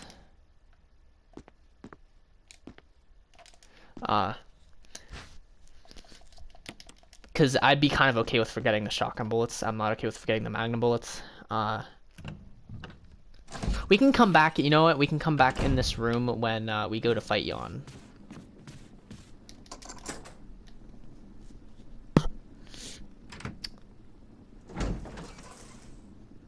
Alright, so here we're just gonna take out both of these zombies and burn them.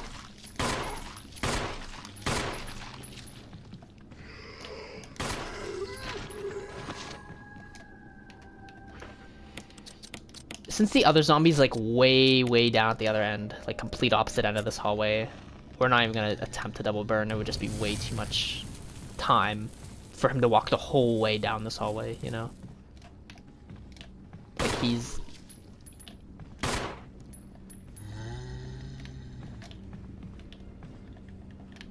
Where is he? Oh, he's... Yeah, see, this guy's weird. He likes to go down this hallway for some reason. Okay, we actually didn't need to burn him again, so we can just continue from here. Yeah, for some reason, I guess that door just like it goes black when you come to that door.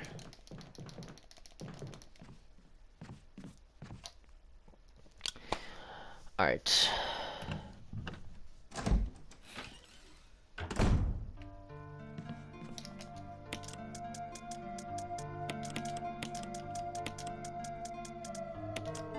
So we can put away that, both of these things. And we don't need to save yet. I mean, you know, we'll save right now.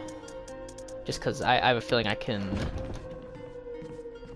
avoid coming back in this room. So I'm just gonna save here. We just went through like that entire basement area.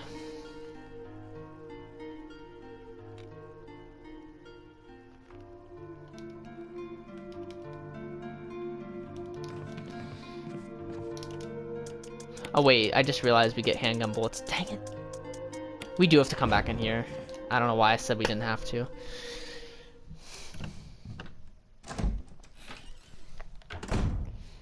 So you can either grab the gems right now or on the way back, but I'm gonna do them on the way back. From fighting Yawn. You can do either one first. And then since we didn't have enough space to grab the shotgun ammo, I'm gonna go back and get the shotgun ammo. And then go fight Yawn.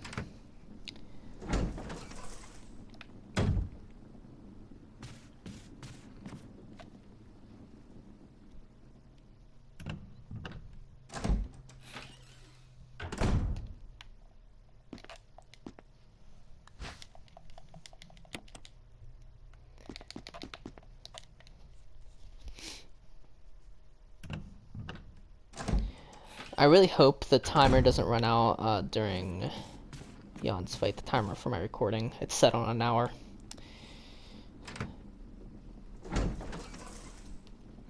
I don't think it should. I think I should be able to get it done before, or yeah, before the fight's over, because I'll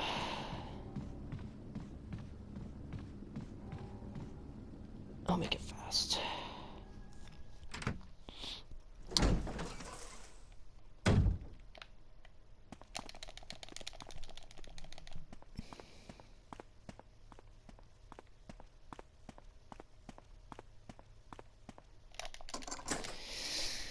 Alright. So this time we're using the shotgun to kill Yawn. Because we have more ammo too, this time around.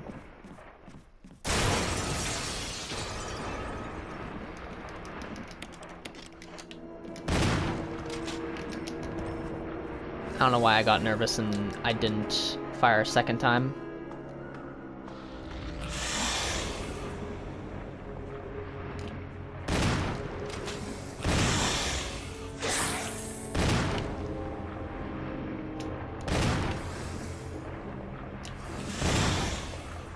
His tail blocked my shot.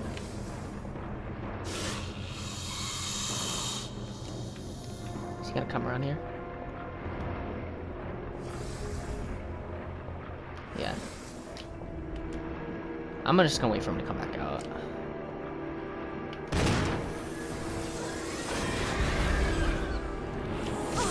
What the heck? That's so weird. He did that in Chris's too, and I don't understand what that move is. That's so weird.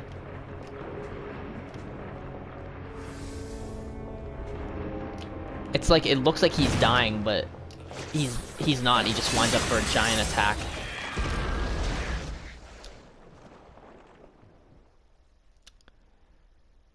That's really weird. I guess that's something he only does in hard mode, because he does not do that in...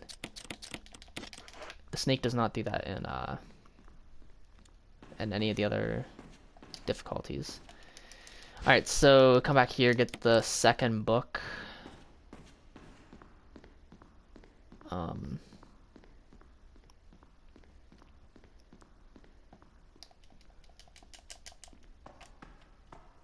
And for some reason, you just can't use that door over there. And I don't know why.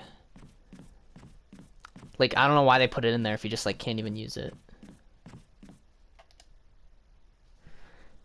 Like, I kind of understand if it was locked from, like, the inside of the library, but, like, you can't even unlock it from there. It's like, why even put the door in?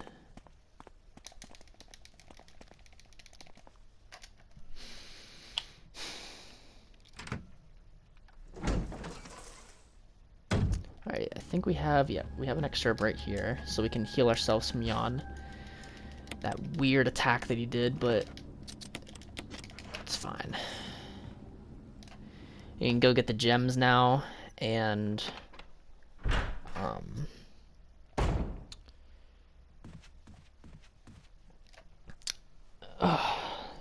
do that.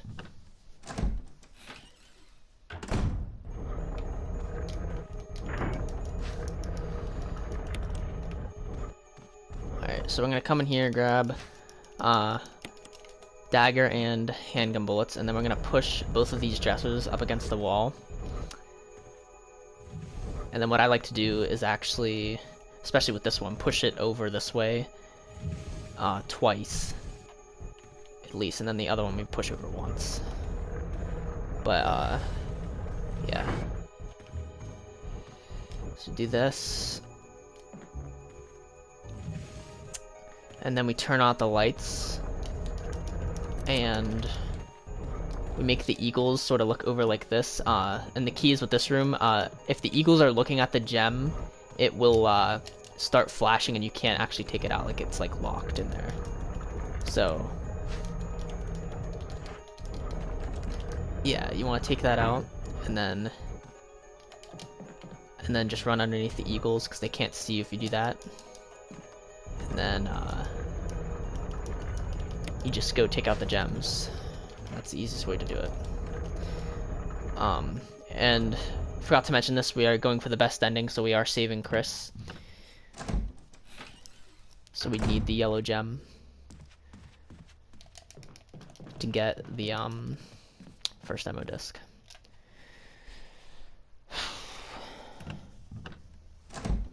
I'm probably gonna stop the recording here just so it doesn't stop in the middle of me doing something. So I'm gonna put all this stuff away.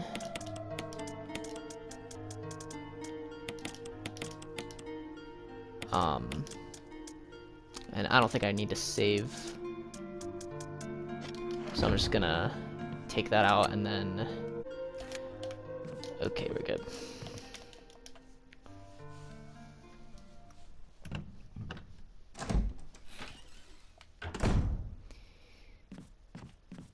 Alright, so we're taking this route. Even though hunters are going to jump through the windows, they aren't going to be able to get us. So we're going to run fast, and we just... Oh well. I was going to reset, but then I realized I didn't save, so... Whatever. I don't know why it didn't go through the door. I was holding the button. That was just weird. I don't know. That was just stupid. I don't know why that happened. But we get an herb in another room, so it's fine.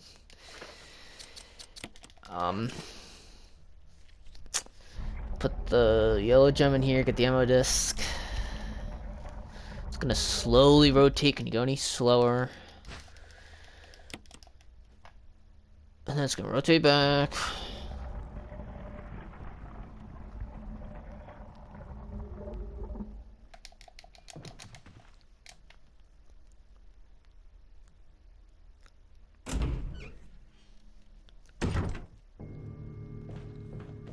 Run around the zombie the same way we always do.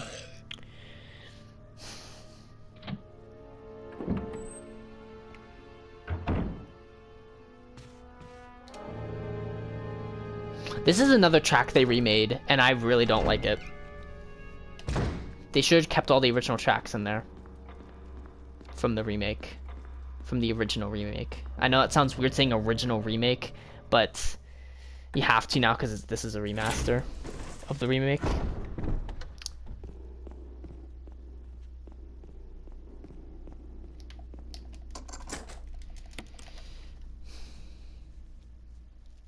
Yeah, but they should have kept all the original tracks. The ones that they remade were not the best.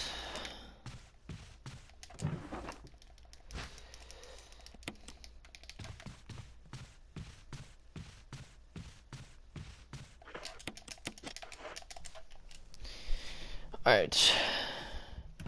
So we're just gonna take out the zombie in here.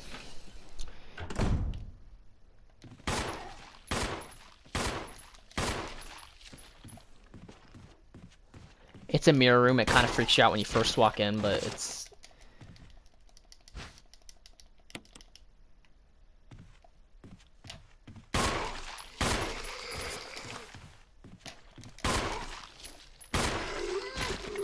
Alright, there we go.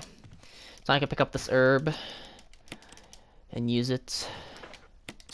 I don't know why they have an infinite blue herb pot in here. Doesn't make any sense. Because there's nothing in this, like, whole, like, part of the game that can really poison you. It's really weird, but, so this puzzle, same as, in Chris's, mode, is you pretty much just,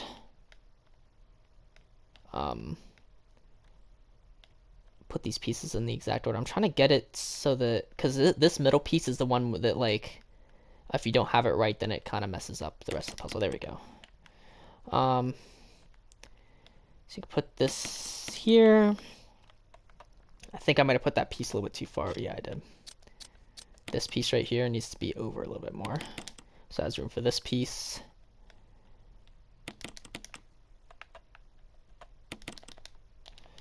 Alright.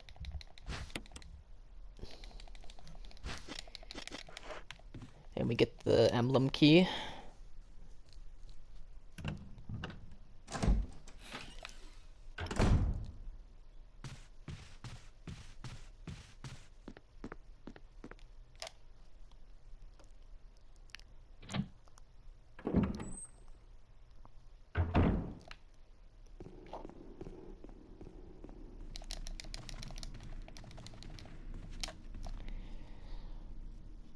And again, we're going to use the secret passageway. Or it's not really secret, but it's like the... I don't know what you want to call it. The passageway with all the pictures. Because it's the easiest. It's the fastest, the easiest, and it has... like, there's no enemies that you have to deal with. I'm pretty sure there's still a zombie in that other, like, upper hallway. The macabre hallway. But it's... But we don't have to go through there ever again, so it's fine. Which I feel weird saying, 'cause it's like one of the most infamous hallways of this game. And then the dining room's pretty infamous, and then the macabre hallway. Macabre. I don't know how to pronounce that word, actually. I'm not sure if it's macabre or macabre.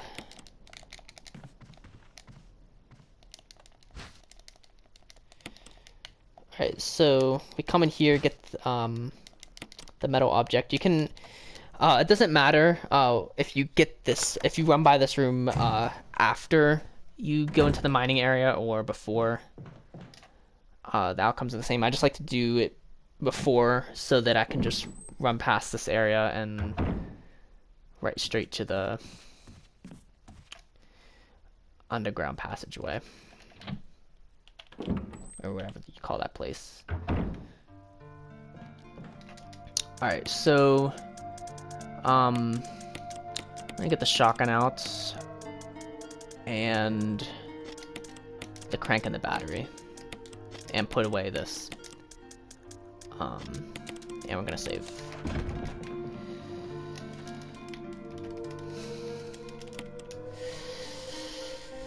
Ugh. I'm trying to beat this game to the 3-hour mark, but I don't think I can. I just don't think it's gonna happen.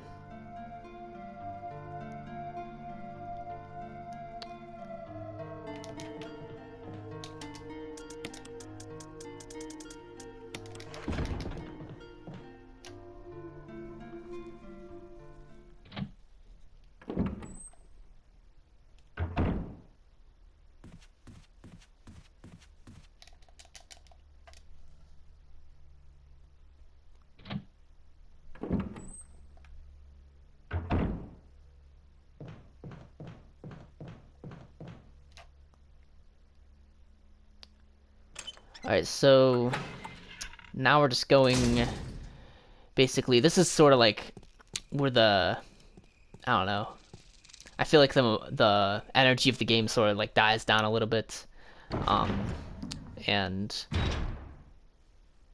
when you go to the mining site, it just sort of like, it's just like a lot of like running around, you know, not really any interesting imagery.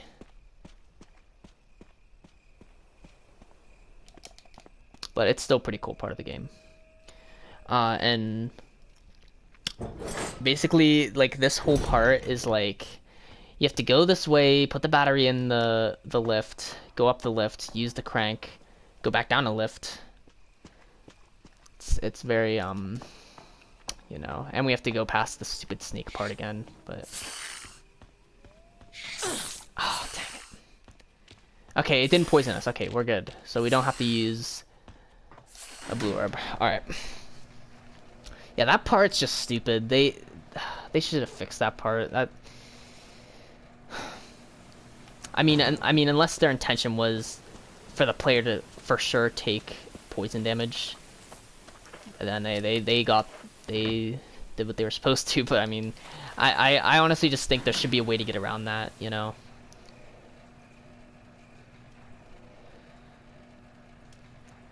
It's sort of like in Resident Evil 3 Remake when you're going to put like, or you're using the lockpick at like the area with the spiders. It like forces you to take damage and use an herb. Like I think stuff like that's kind of I mean, I understand what it's trying to do, and it's trying to show you what to do to if the spider like grabs you and stuff, but how to like get rid of the poison. But I mean, I don't know.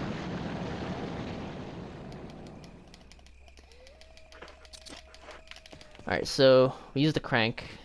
The water's back up. So now we can go down the lift, and there will be a secret passageway, sort of, where the waterfall was. I don't know if you noticed the waterfall. I didn't really point it out.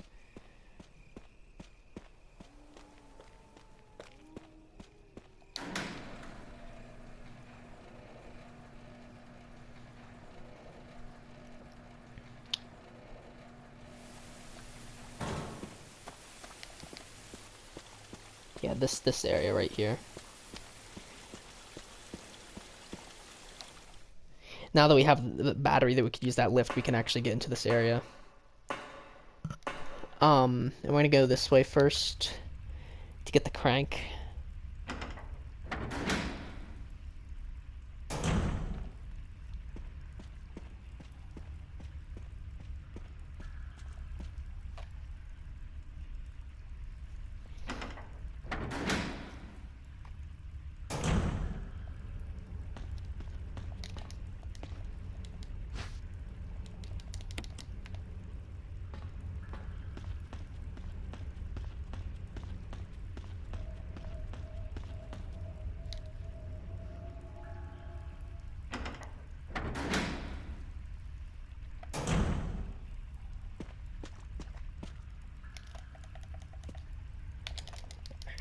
So here's where we get the crank. There's going to be a hunter that comes to the door, but we can just run around him. He's just gonna yell, and then we just go through the door.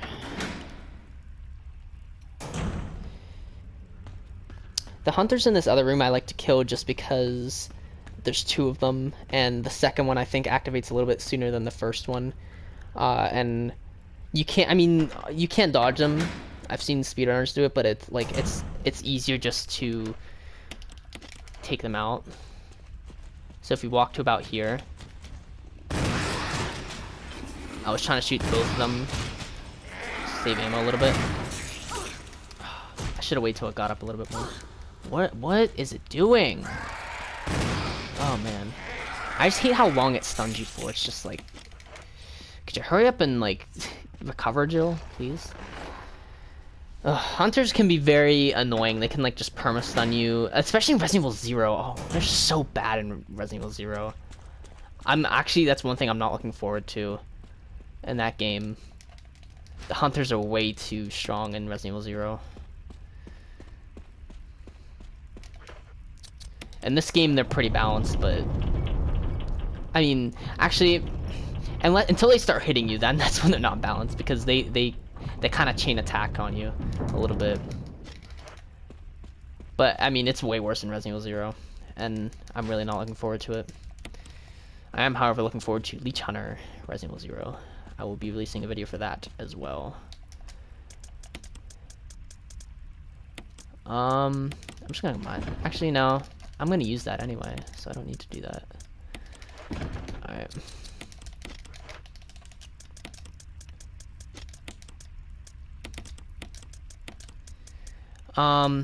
So you can either use the grenade launcher or the Magnum for Black Tiger. I'm going to use the Magnum just because that's what I am used to using, and then save the grenade launcher for later, like the Tyrant for later, and then just shift everything down. And then take out the ink ribbons. We definitely want to save before. We don't need to take the magnum ammo because we only need 6 shots. But we do need the survival knife. Yes, we actually use the knife in this game. And you don't want to miss a shot, because if you do, then you're pretty much over, because you need to hit every single shot. I mean, actually, you only need to kill Black Tiger, which only takes 4 shots. But I always kill the smaller spider too, just in case like it tries to spit acid or something.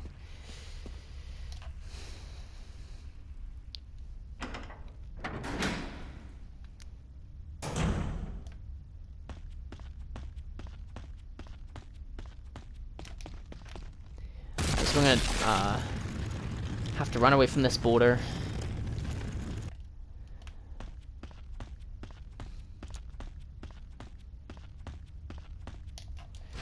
If you walk up to it and like about as far as I did and then run back, and it'll trigger. But you have to walk so far. You can't just like walk out and like do that. It's like a, I don't know how it works. I don't know like is it like motion censored or something, like motion censored boulder? I don't know. Okay, so for Black Tiger you want to run this way first. Oh, they actually didn't do the attack. Okay, alright,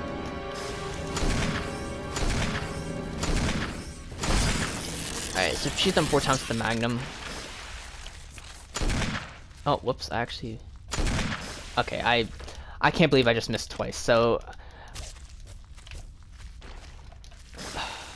Yeah, I don't need you... Oh, go through the door, go through the door. Okay, I got really lucky there, and I actually didn't take any damage. I don't know why the magnum, for some reason, wasn't at the right angle to kill that smaller one. And I ended up wasting 2 shots. I wanted to just get it off the ceiling so that it wouldn't spray acid on me. Or down on me. But it's fine. We didn't need to...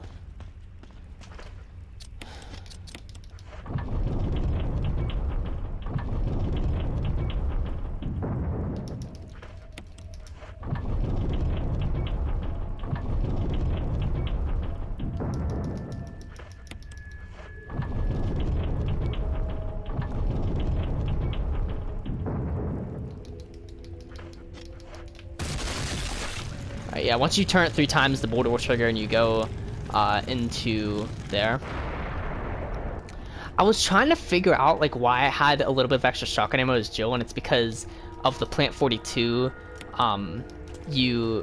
Chris has to fight Plant 42, but Jill does not, so as a result I had more shotgun ammo, and I was like wondering, I was like trying to figure like, well, I normally use the grenade launcher for Plant 42, so I don't, like, it makes sense why I have more of that, but why do I have more shotgun? That's why. Alright, so this room is a bit weird with the puzzles. You sort of just have to, push the statue there and then use the crank to push it out. I'm actually gonna quickly examine this.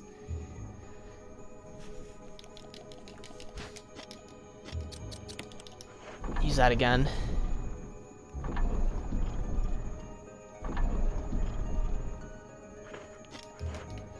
And then we can push the statue away from the wall. And the little platform in the center, how it works is if any weight is applied to it, it will rotate 90 degrees. So we can use that to solve, we're going to use that to solve the puzzle. And we have to actually rotate this statue twice. I like to push it 3 times because just so I don't rotate on the platform myself, because if you stand on it you will also rotate. I didn't mean to do that. You're supposed to come out from this side. That was a mistake I made on my end.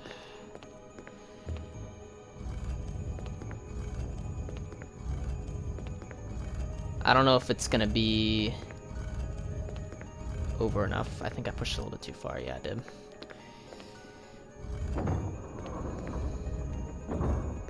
Alright, well, we can get the cylinder, which we will need to activate the elevator. We need to combine it with the shaft so that we can get power.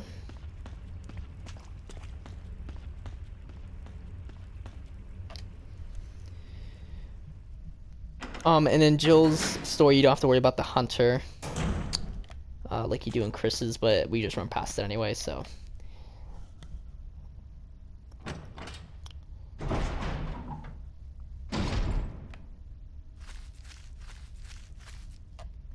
Did I get the handgun ammo down at the end of the first boulder? Or like behind where the first boulder was? Yeah, I did. Couldn't remember. We're good now.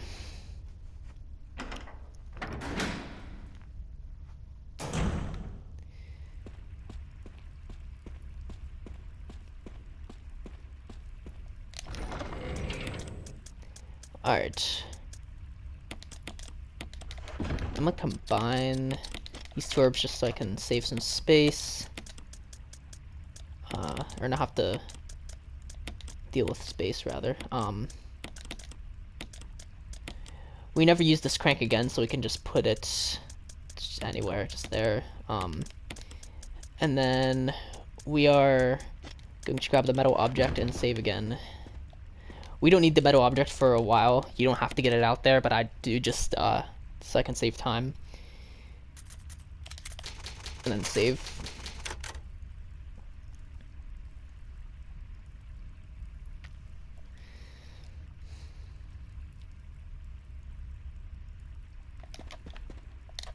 Yeah, that Plant 42 skip with Jill really makes things easier.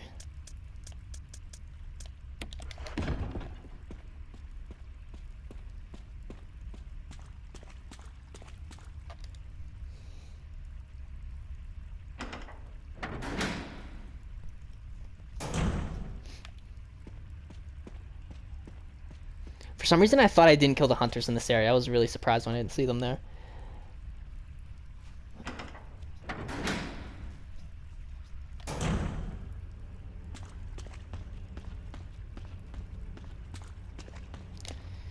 Alright, so get the shaft, and then combine it with the cylinder, put it back in, and then you press 4, 2, 3, 1, and that brings up the elevator, or restores power to the elevator.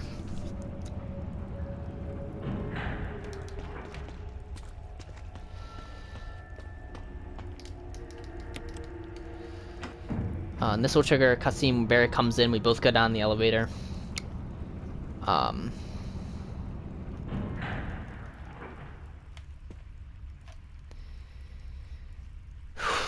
Alright, so this is Lisa's lair.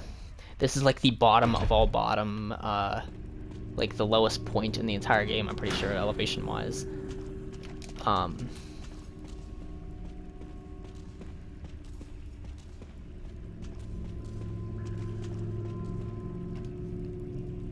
But basically how that works, what I just did there, is you go into whichever camera angle you trigger first at like the fork in the road is where Lisa will appear. So you want to make her appear where you don't want to go, actually.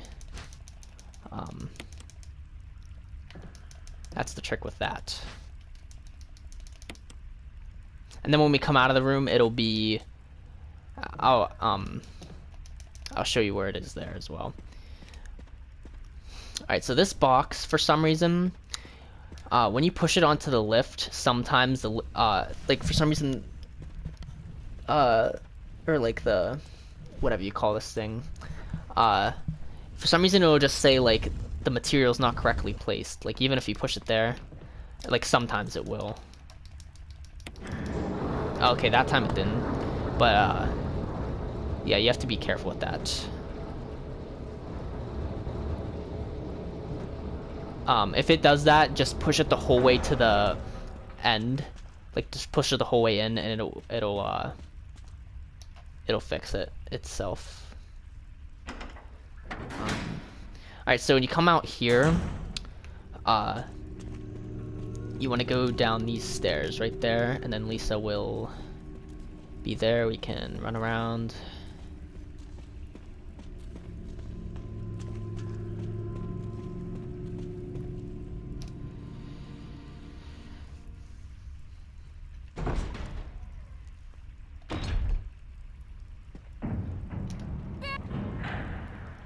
So Barry just left us. And it's not because he wanted to, it's because Wesker's making him. Wesker's like threatening his family, pretty much. And it's pretty messed up, but so we're just gonna push this box to the point where almost like, yeah, pretty much where the wood like changes directions from like vertical to horizontal, and then you're pretty much good to push it, the box, into the trash compactor.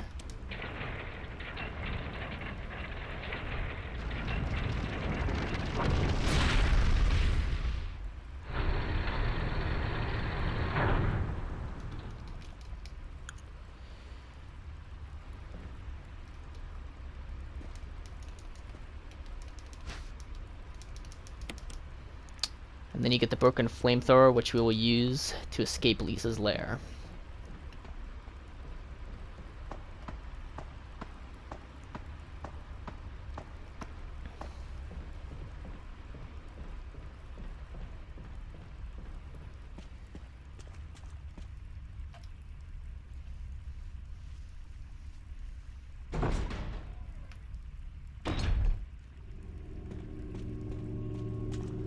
And we're gonna trigger her in the same place we did last time, just there, and then turn around, pull this lever that you might have noticed the first time we ran past here.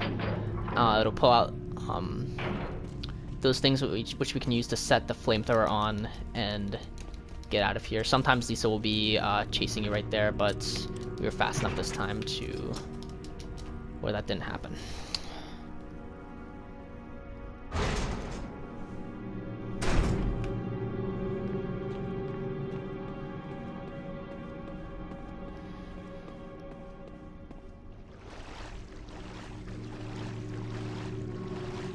I don't know if stair skipping actually works in this part either. I don't think it does. Alright, jewelry box. If you examine it, not use it, if you examine it, you'll get the stone ring.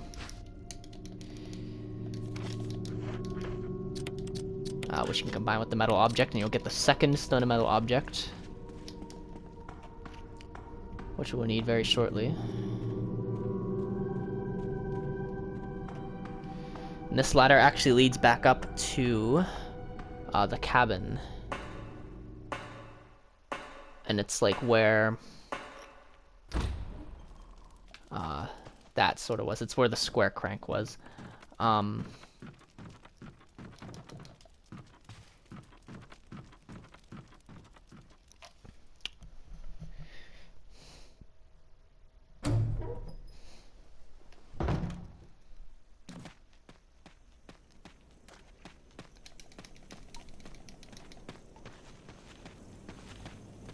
Alright, so we're gonna kill the zombies in this area because we're never coming back here. And it's just easier to... I mean, you don't really have to kill them. If they fall down like that, you can just run past, but... Handgun ammo, we have enough at this point that we can just use it.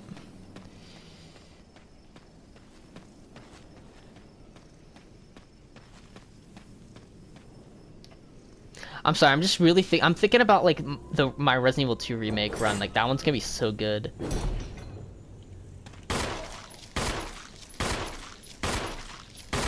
I'm still doing practice runs for that actually because I have to do both Leon's first run and second run, and then Claire's first run, second run. So it's like 4 run-throughs. It's not 2 like this game.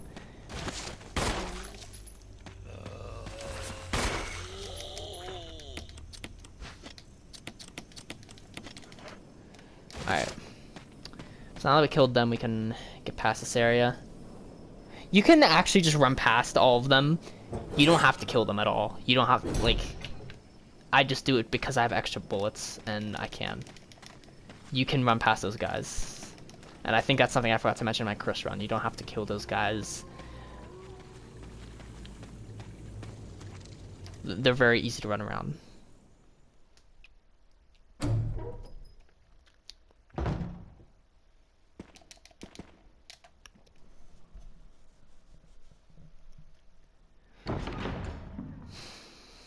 Alright, and we are officially done with this area. We can take out the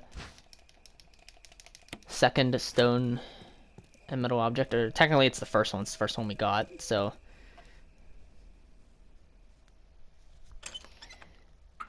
We've got 2 now. To put in the door, in the main hall to access the underground passage.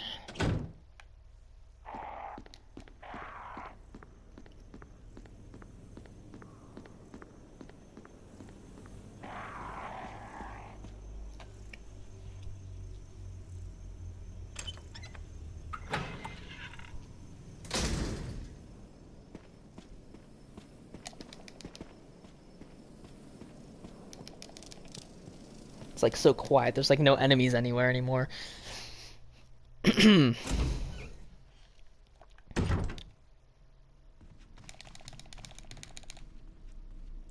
Oops. I got stuck on the wall there. Alright. Oh, I was in the right position. Here we go.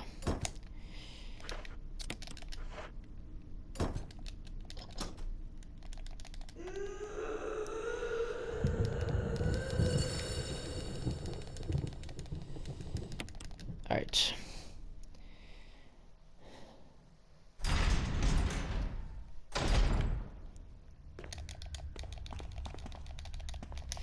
Alright, so we're gonna get both of the books out and we're going to save.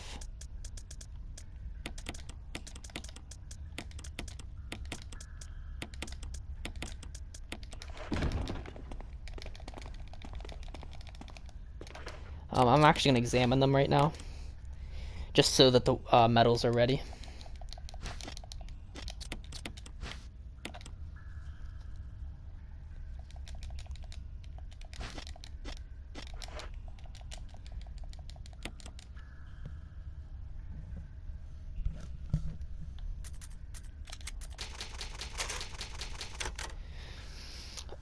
Hopefully I don't have to reset at this point, because that would be bad. This one's a bit harder than Chris because we actually need to keep Barry alive to get the best ending. We cannot have Barry die.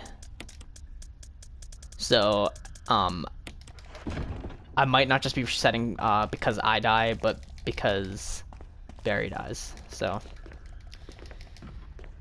hopefully I can get this in one go. Wish me luck.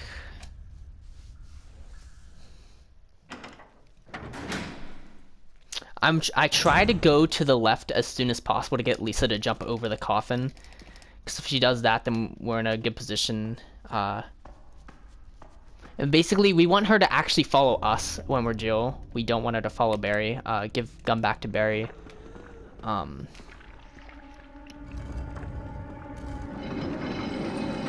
Jump over.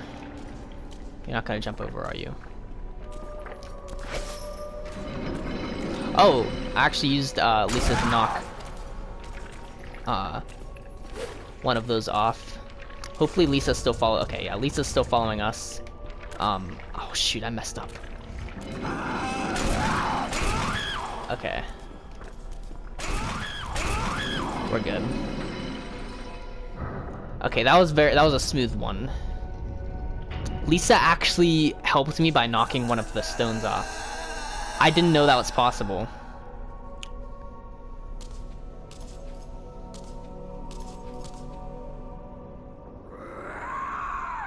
And then Lisa jumps off. And we never see her again. Thank goodness, because she's indestructible. It's actually kind of a sad story with Lisa if you read the files.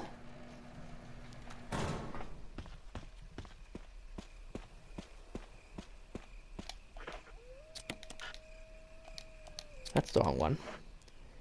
Wolf Meadow on the left one, Eagle on the right.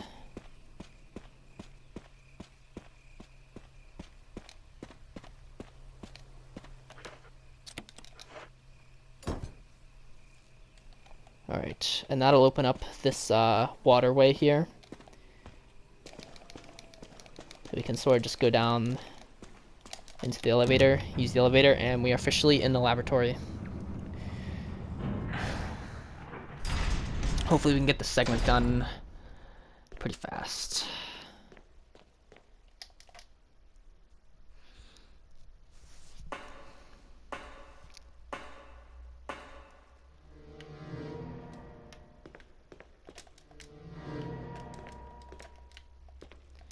Alright.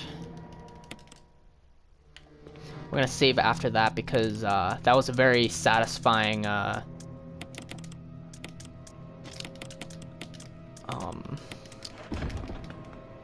I don't know what I was trying to say. That was a very good definition of what you should do with Lisa. Or it went smoothly. And it's not really, you're not even really doing anything. It's all like, it's dependent on her AI and whether Barry decides to shoot her, like at what times. Like it's really weird. But okay, so I think we have 5 burns, which again I think is what we actually have when we were walking in here with Chris, which is exactly how many zombies we need to burn. This actually works out very nicely. I don't know, for some reason shooting over that railing, it doesn't let you shoot over that railing. I don't know why. It's really weird. This guy's not falling over.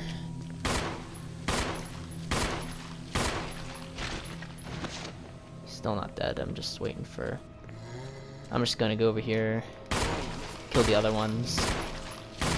There's 2 coming.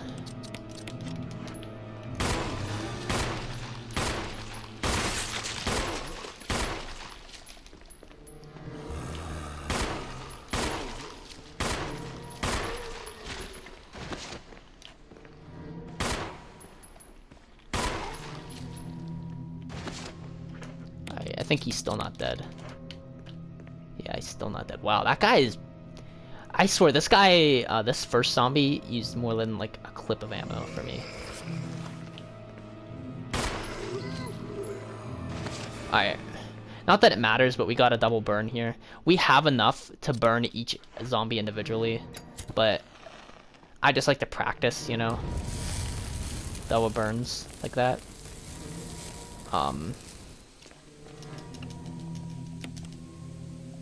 Alright, so we fueled the canteen.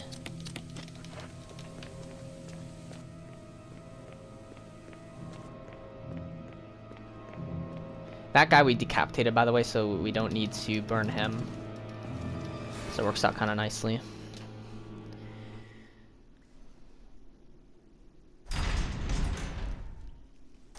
These 2 guys down here we do need to take out, though. Hopefully we have enough ammo, too. If not... And we could just use the stun gun if we don't have enough ammo. You know, actually I might, because we need to kill more zombies after this.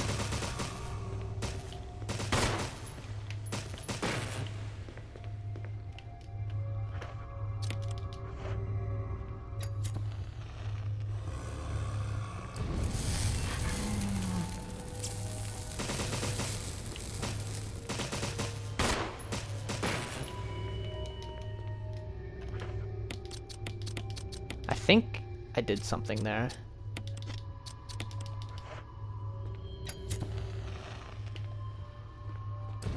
Alright. So done with burning bodies for the game. The only other zombies that are left are like they're like pale white laboratory zombies that can only be found in the laboratory. And they do not turn into Crimson Heads. Alright, so the login for this is John, and then the password is Ada, A-D-A.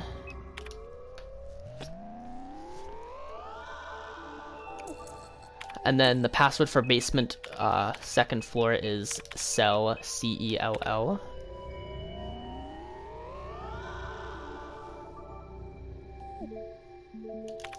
And then third floor does not need a password, you just click it.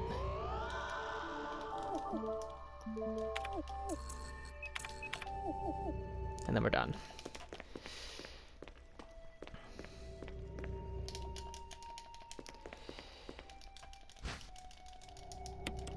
I actually don't think I grabbed the dagger down in that area. I'll show you what I'm talking about later, but alright, so we unlock the doors.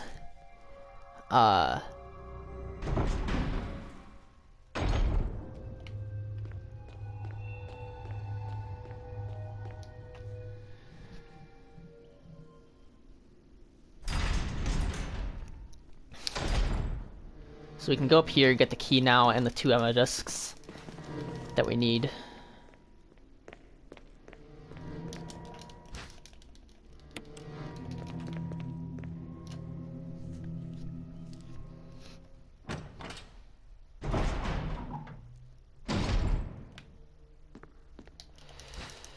Alright, so the passcode for this is 8462.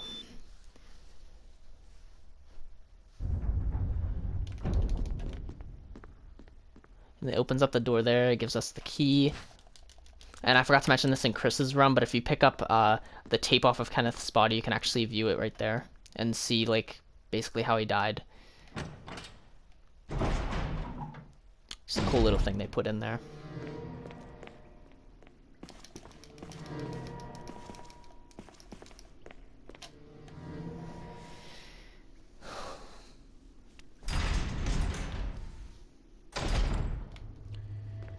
Alright, so we're gonna go insert the first ammo disc.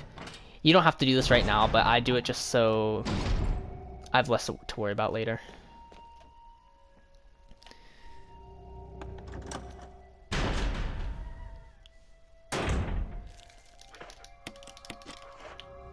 Oh, you did get more hanger bullets in here, so I guess you didn't need to use defense items, but...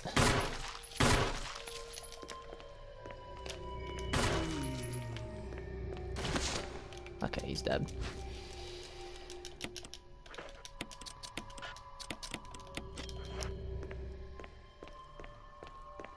Alright, so you come right here, this is where the first ammo disc input is.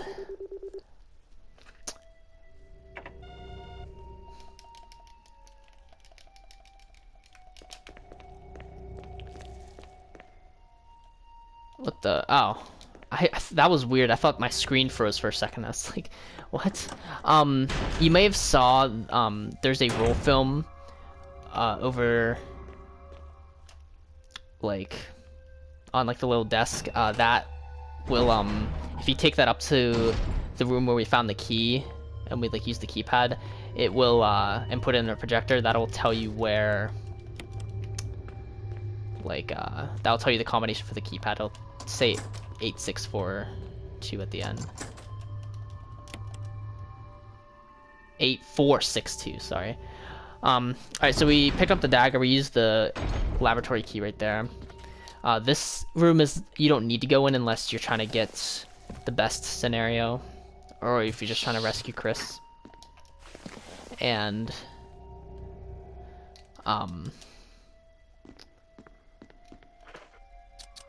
you just put the ammo disc in there, that's the second input.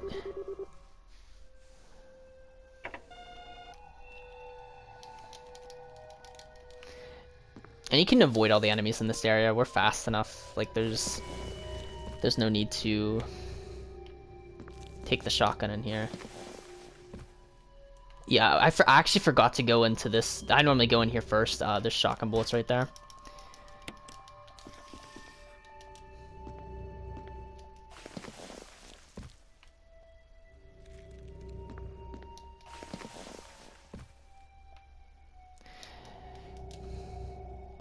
We have so much more ammo as Jill than we do as Chris, or than we did as Chris, because I don't know what it was. I guess like it was plant 42 and then using the defense items. I don't know what it was.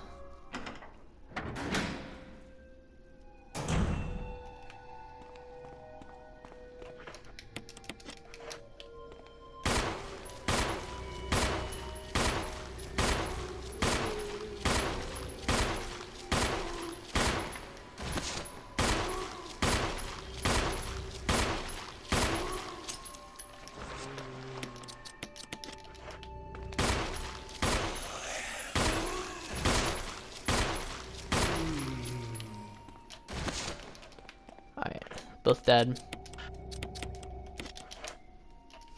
We can go in the save room now, get, I think we get first aid spray, yeah, incendiary grenades, ink ribbons. And we actually haven't used the grenade launcher at all this game, but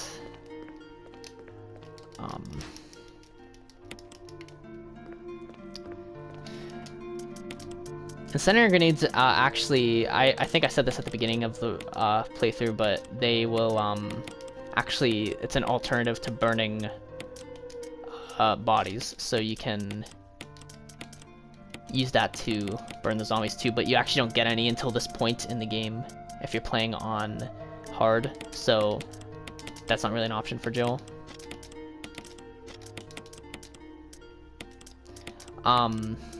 Oh, I'm gonna see how many shotgun ammo do I have?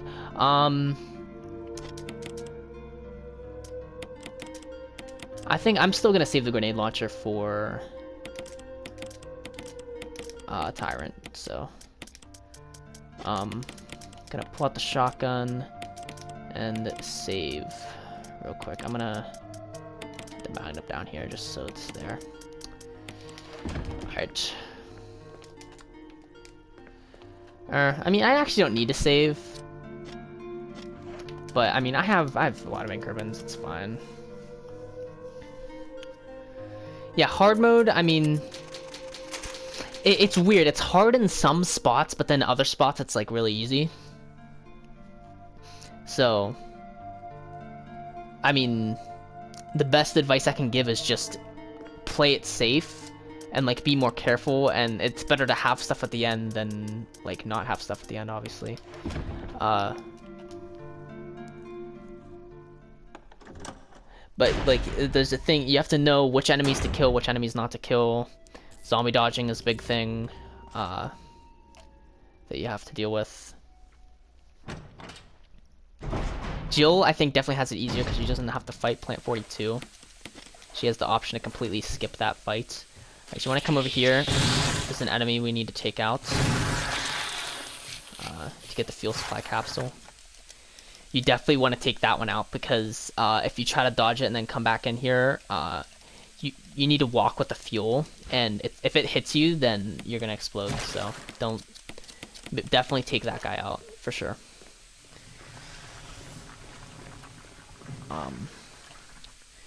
But the fuel supply capsule is empty right now, so we can run.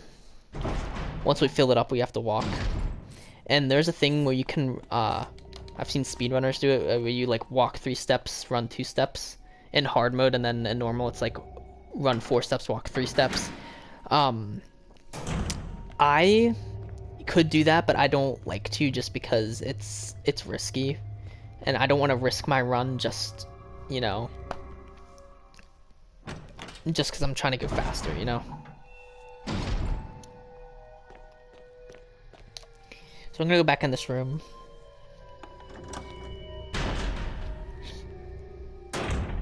Yeah, you could have probably waited to put the ammo disc in this room. I just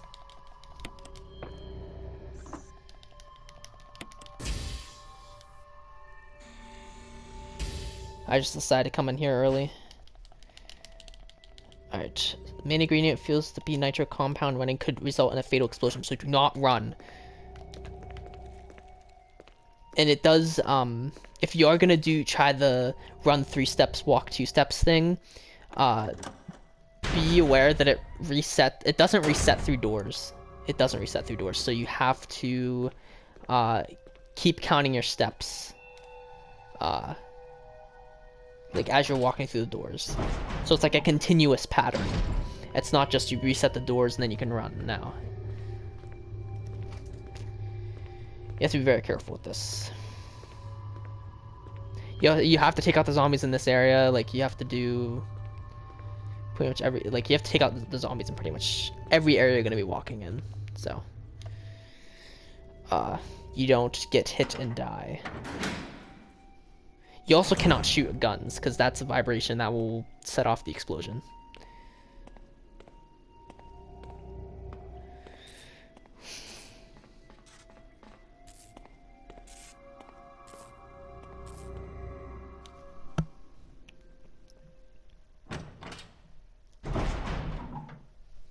I actually forgot to get the last ammo disc out of the item box, so I have to go back and get that.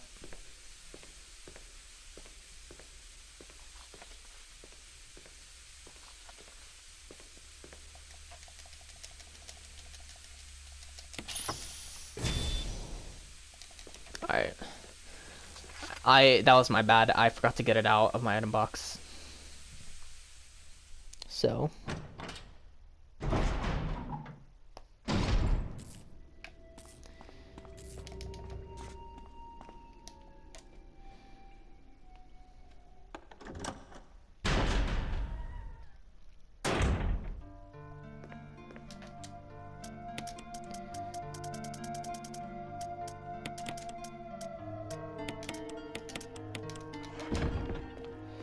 Alright, I'm gonna reset the recording real quick. Alright. I just want to make sure I didn't get cut off in this next part, because I don't know when the hour was gonna be up.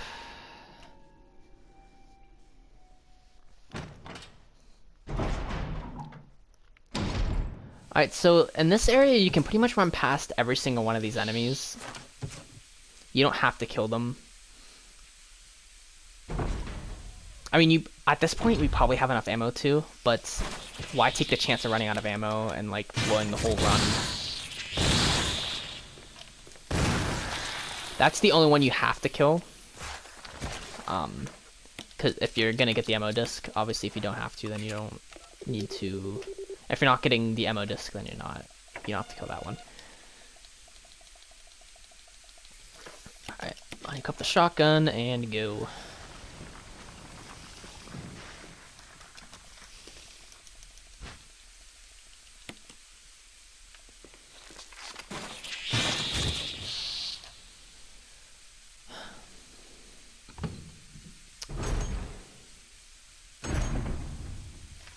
It doesn't really matter which way you run here. You just have to run in a circle, pretty much.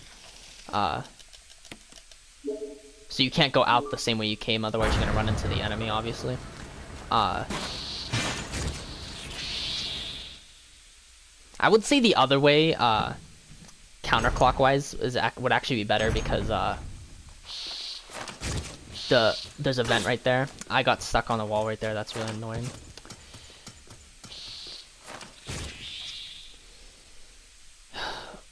I just hate when I get stuck on walls and stuff like that. It's really stupid. Like, it just... Because it's like, it shouldn't have happened.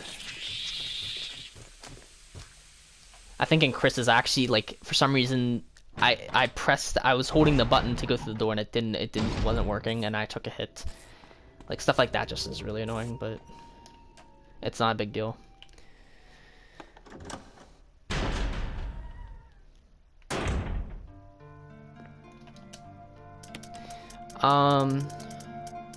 Okay, so we need... We're pretty much in the tyrant fight right now, so we pretty much take everything out of our inventory. I'm gonna use... Oh wait, I didn't even take any damage. Okay, so we don't have to use any healing. Alright, so... For tyrant, we're probably gonna use the shotgun. Just so we have enough stuff to deal with him later. Or actually, just to free up that space is what I'm saying. Because I'm pretty sure it takes 7 shots to kill him. We have 6 shots outside the inventory. Or outside of the gun, I mean, not inventory.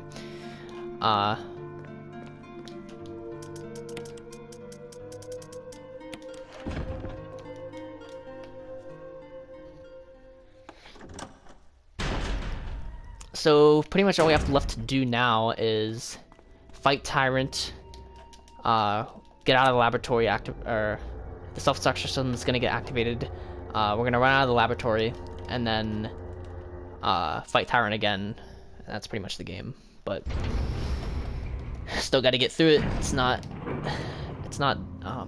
said and done until it's done. Someone make that a quote. It's not done until it's done. That was really stupid.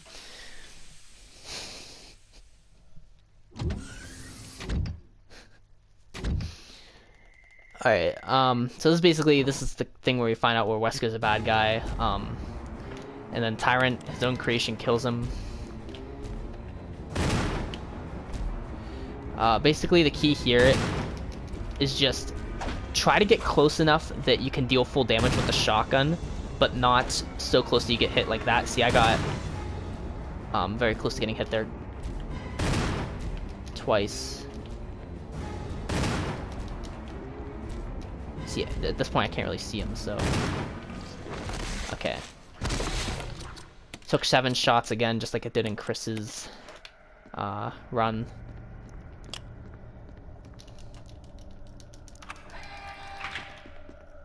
Thing is, it takes 5 Magnum shots, so it's like the shotgun doesn't even seem that much stronger than the Magnum. Barry. Alright, so Barry, we get Barry.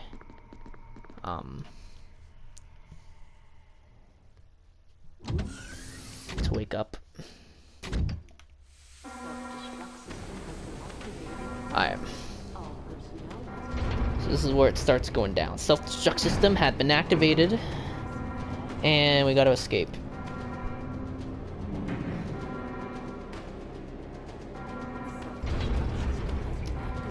Someone should make this their ringtone.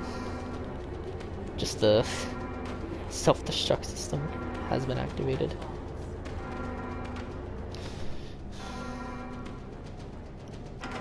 Alright. So before we escape the laboratory, we have to go down and save Chris, obviously, because we're going for the best run. Or the best ending. Not the best run. I wish this was the best run in the world.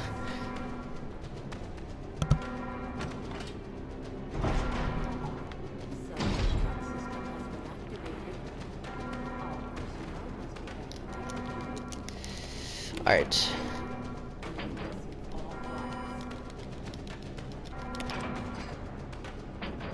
So we pull all these levers down, and we're gonna go get Chris.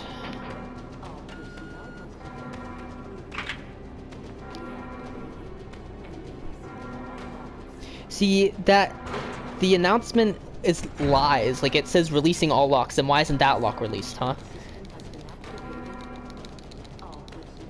Explain that. See, that lock is released, but the other one isn't.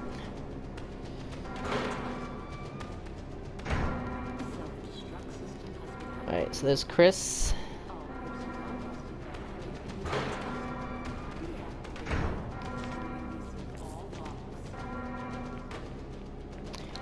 It's interesting how they put Chris in a STARS uniform even though Jill is... Oh, we selected the Jill BSAA costume.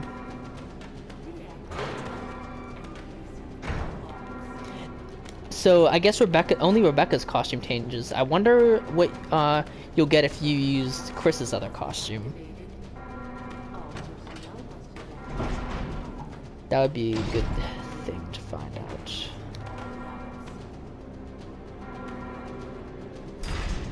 Alright, so pretty much all there's left to do is go up here, save one last time, in case we need to reset in the final boss fight, and then escape, fight Tyrant, and that's the game.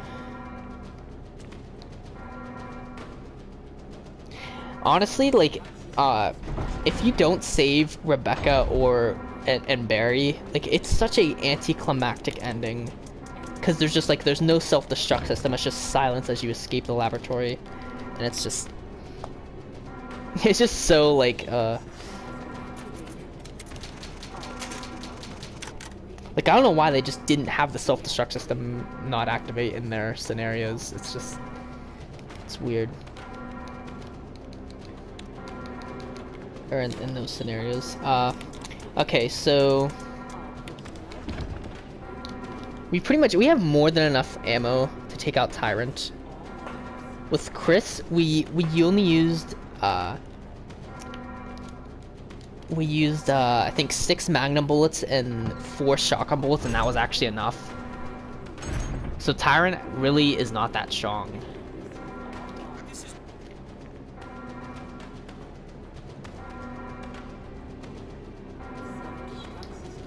And I mean, I guess you could have, the only thing is we could have used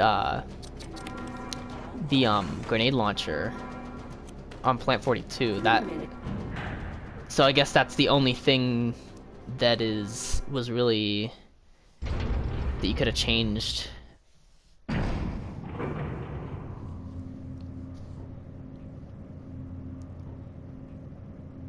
But I figured since I fought it as Chris, I would show you how to use or take it out with V-Jolt. So I'm still glad I did it the other way. Alright, so we get the signal rockets, equip the Magnum, and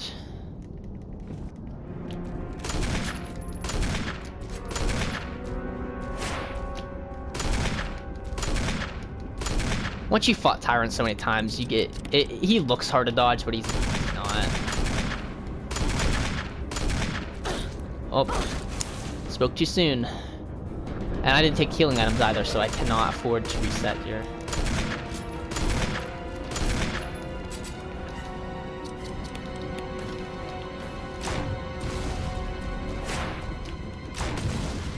Alright.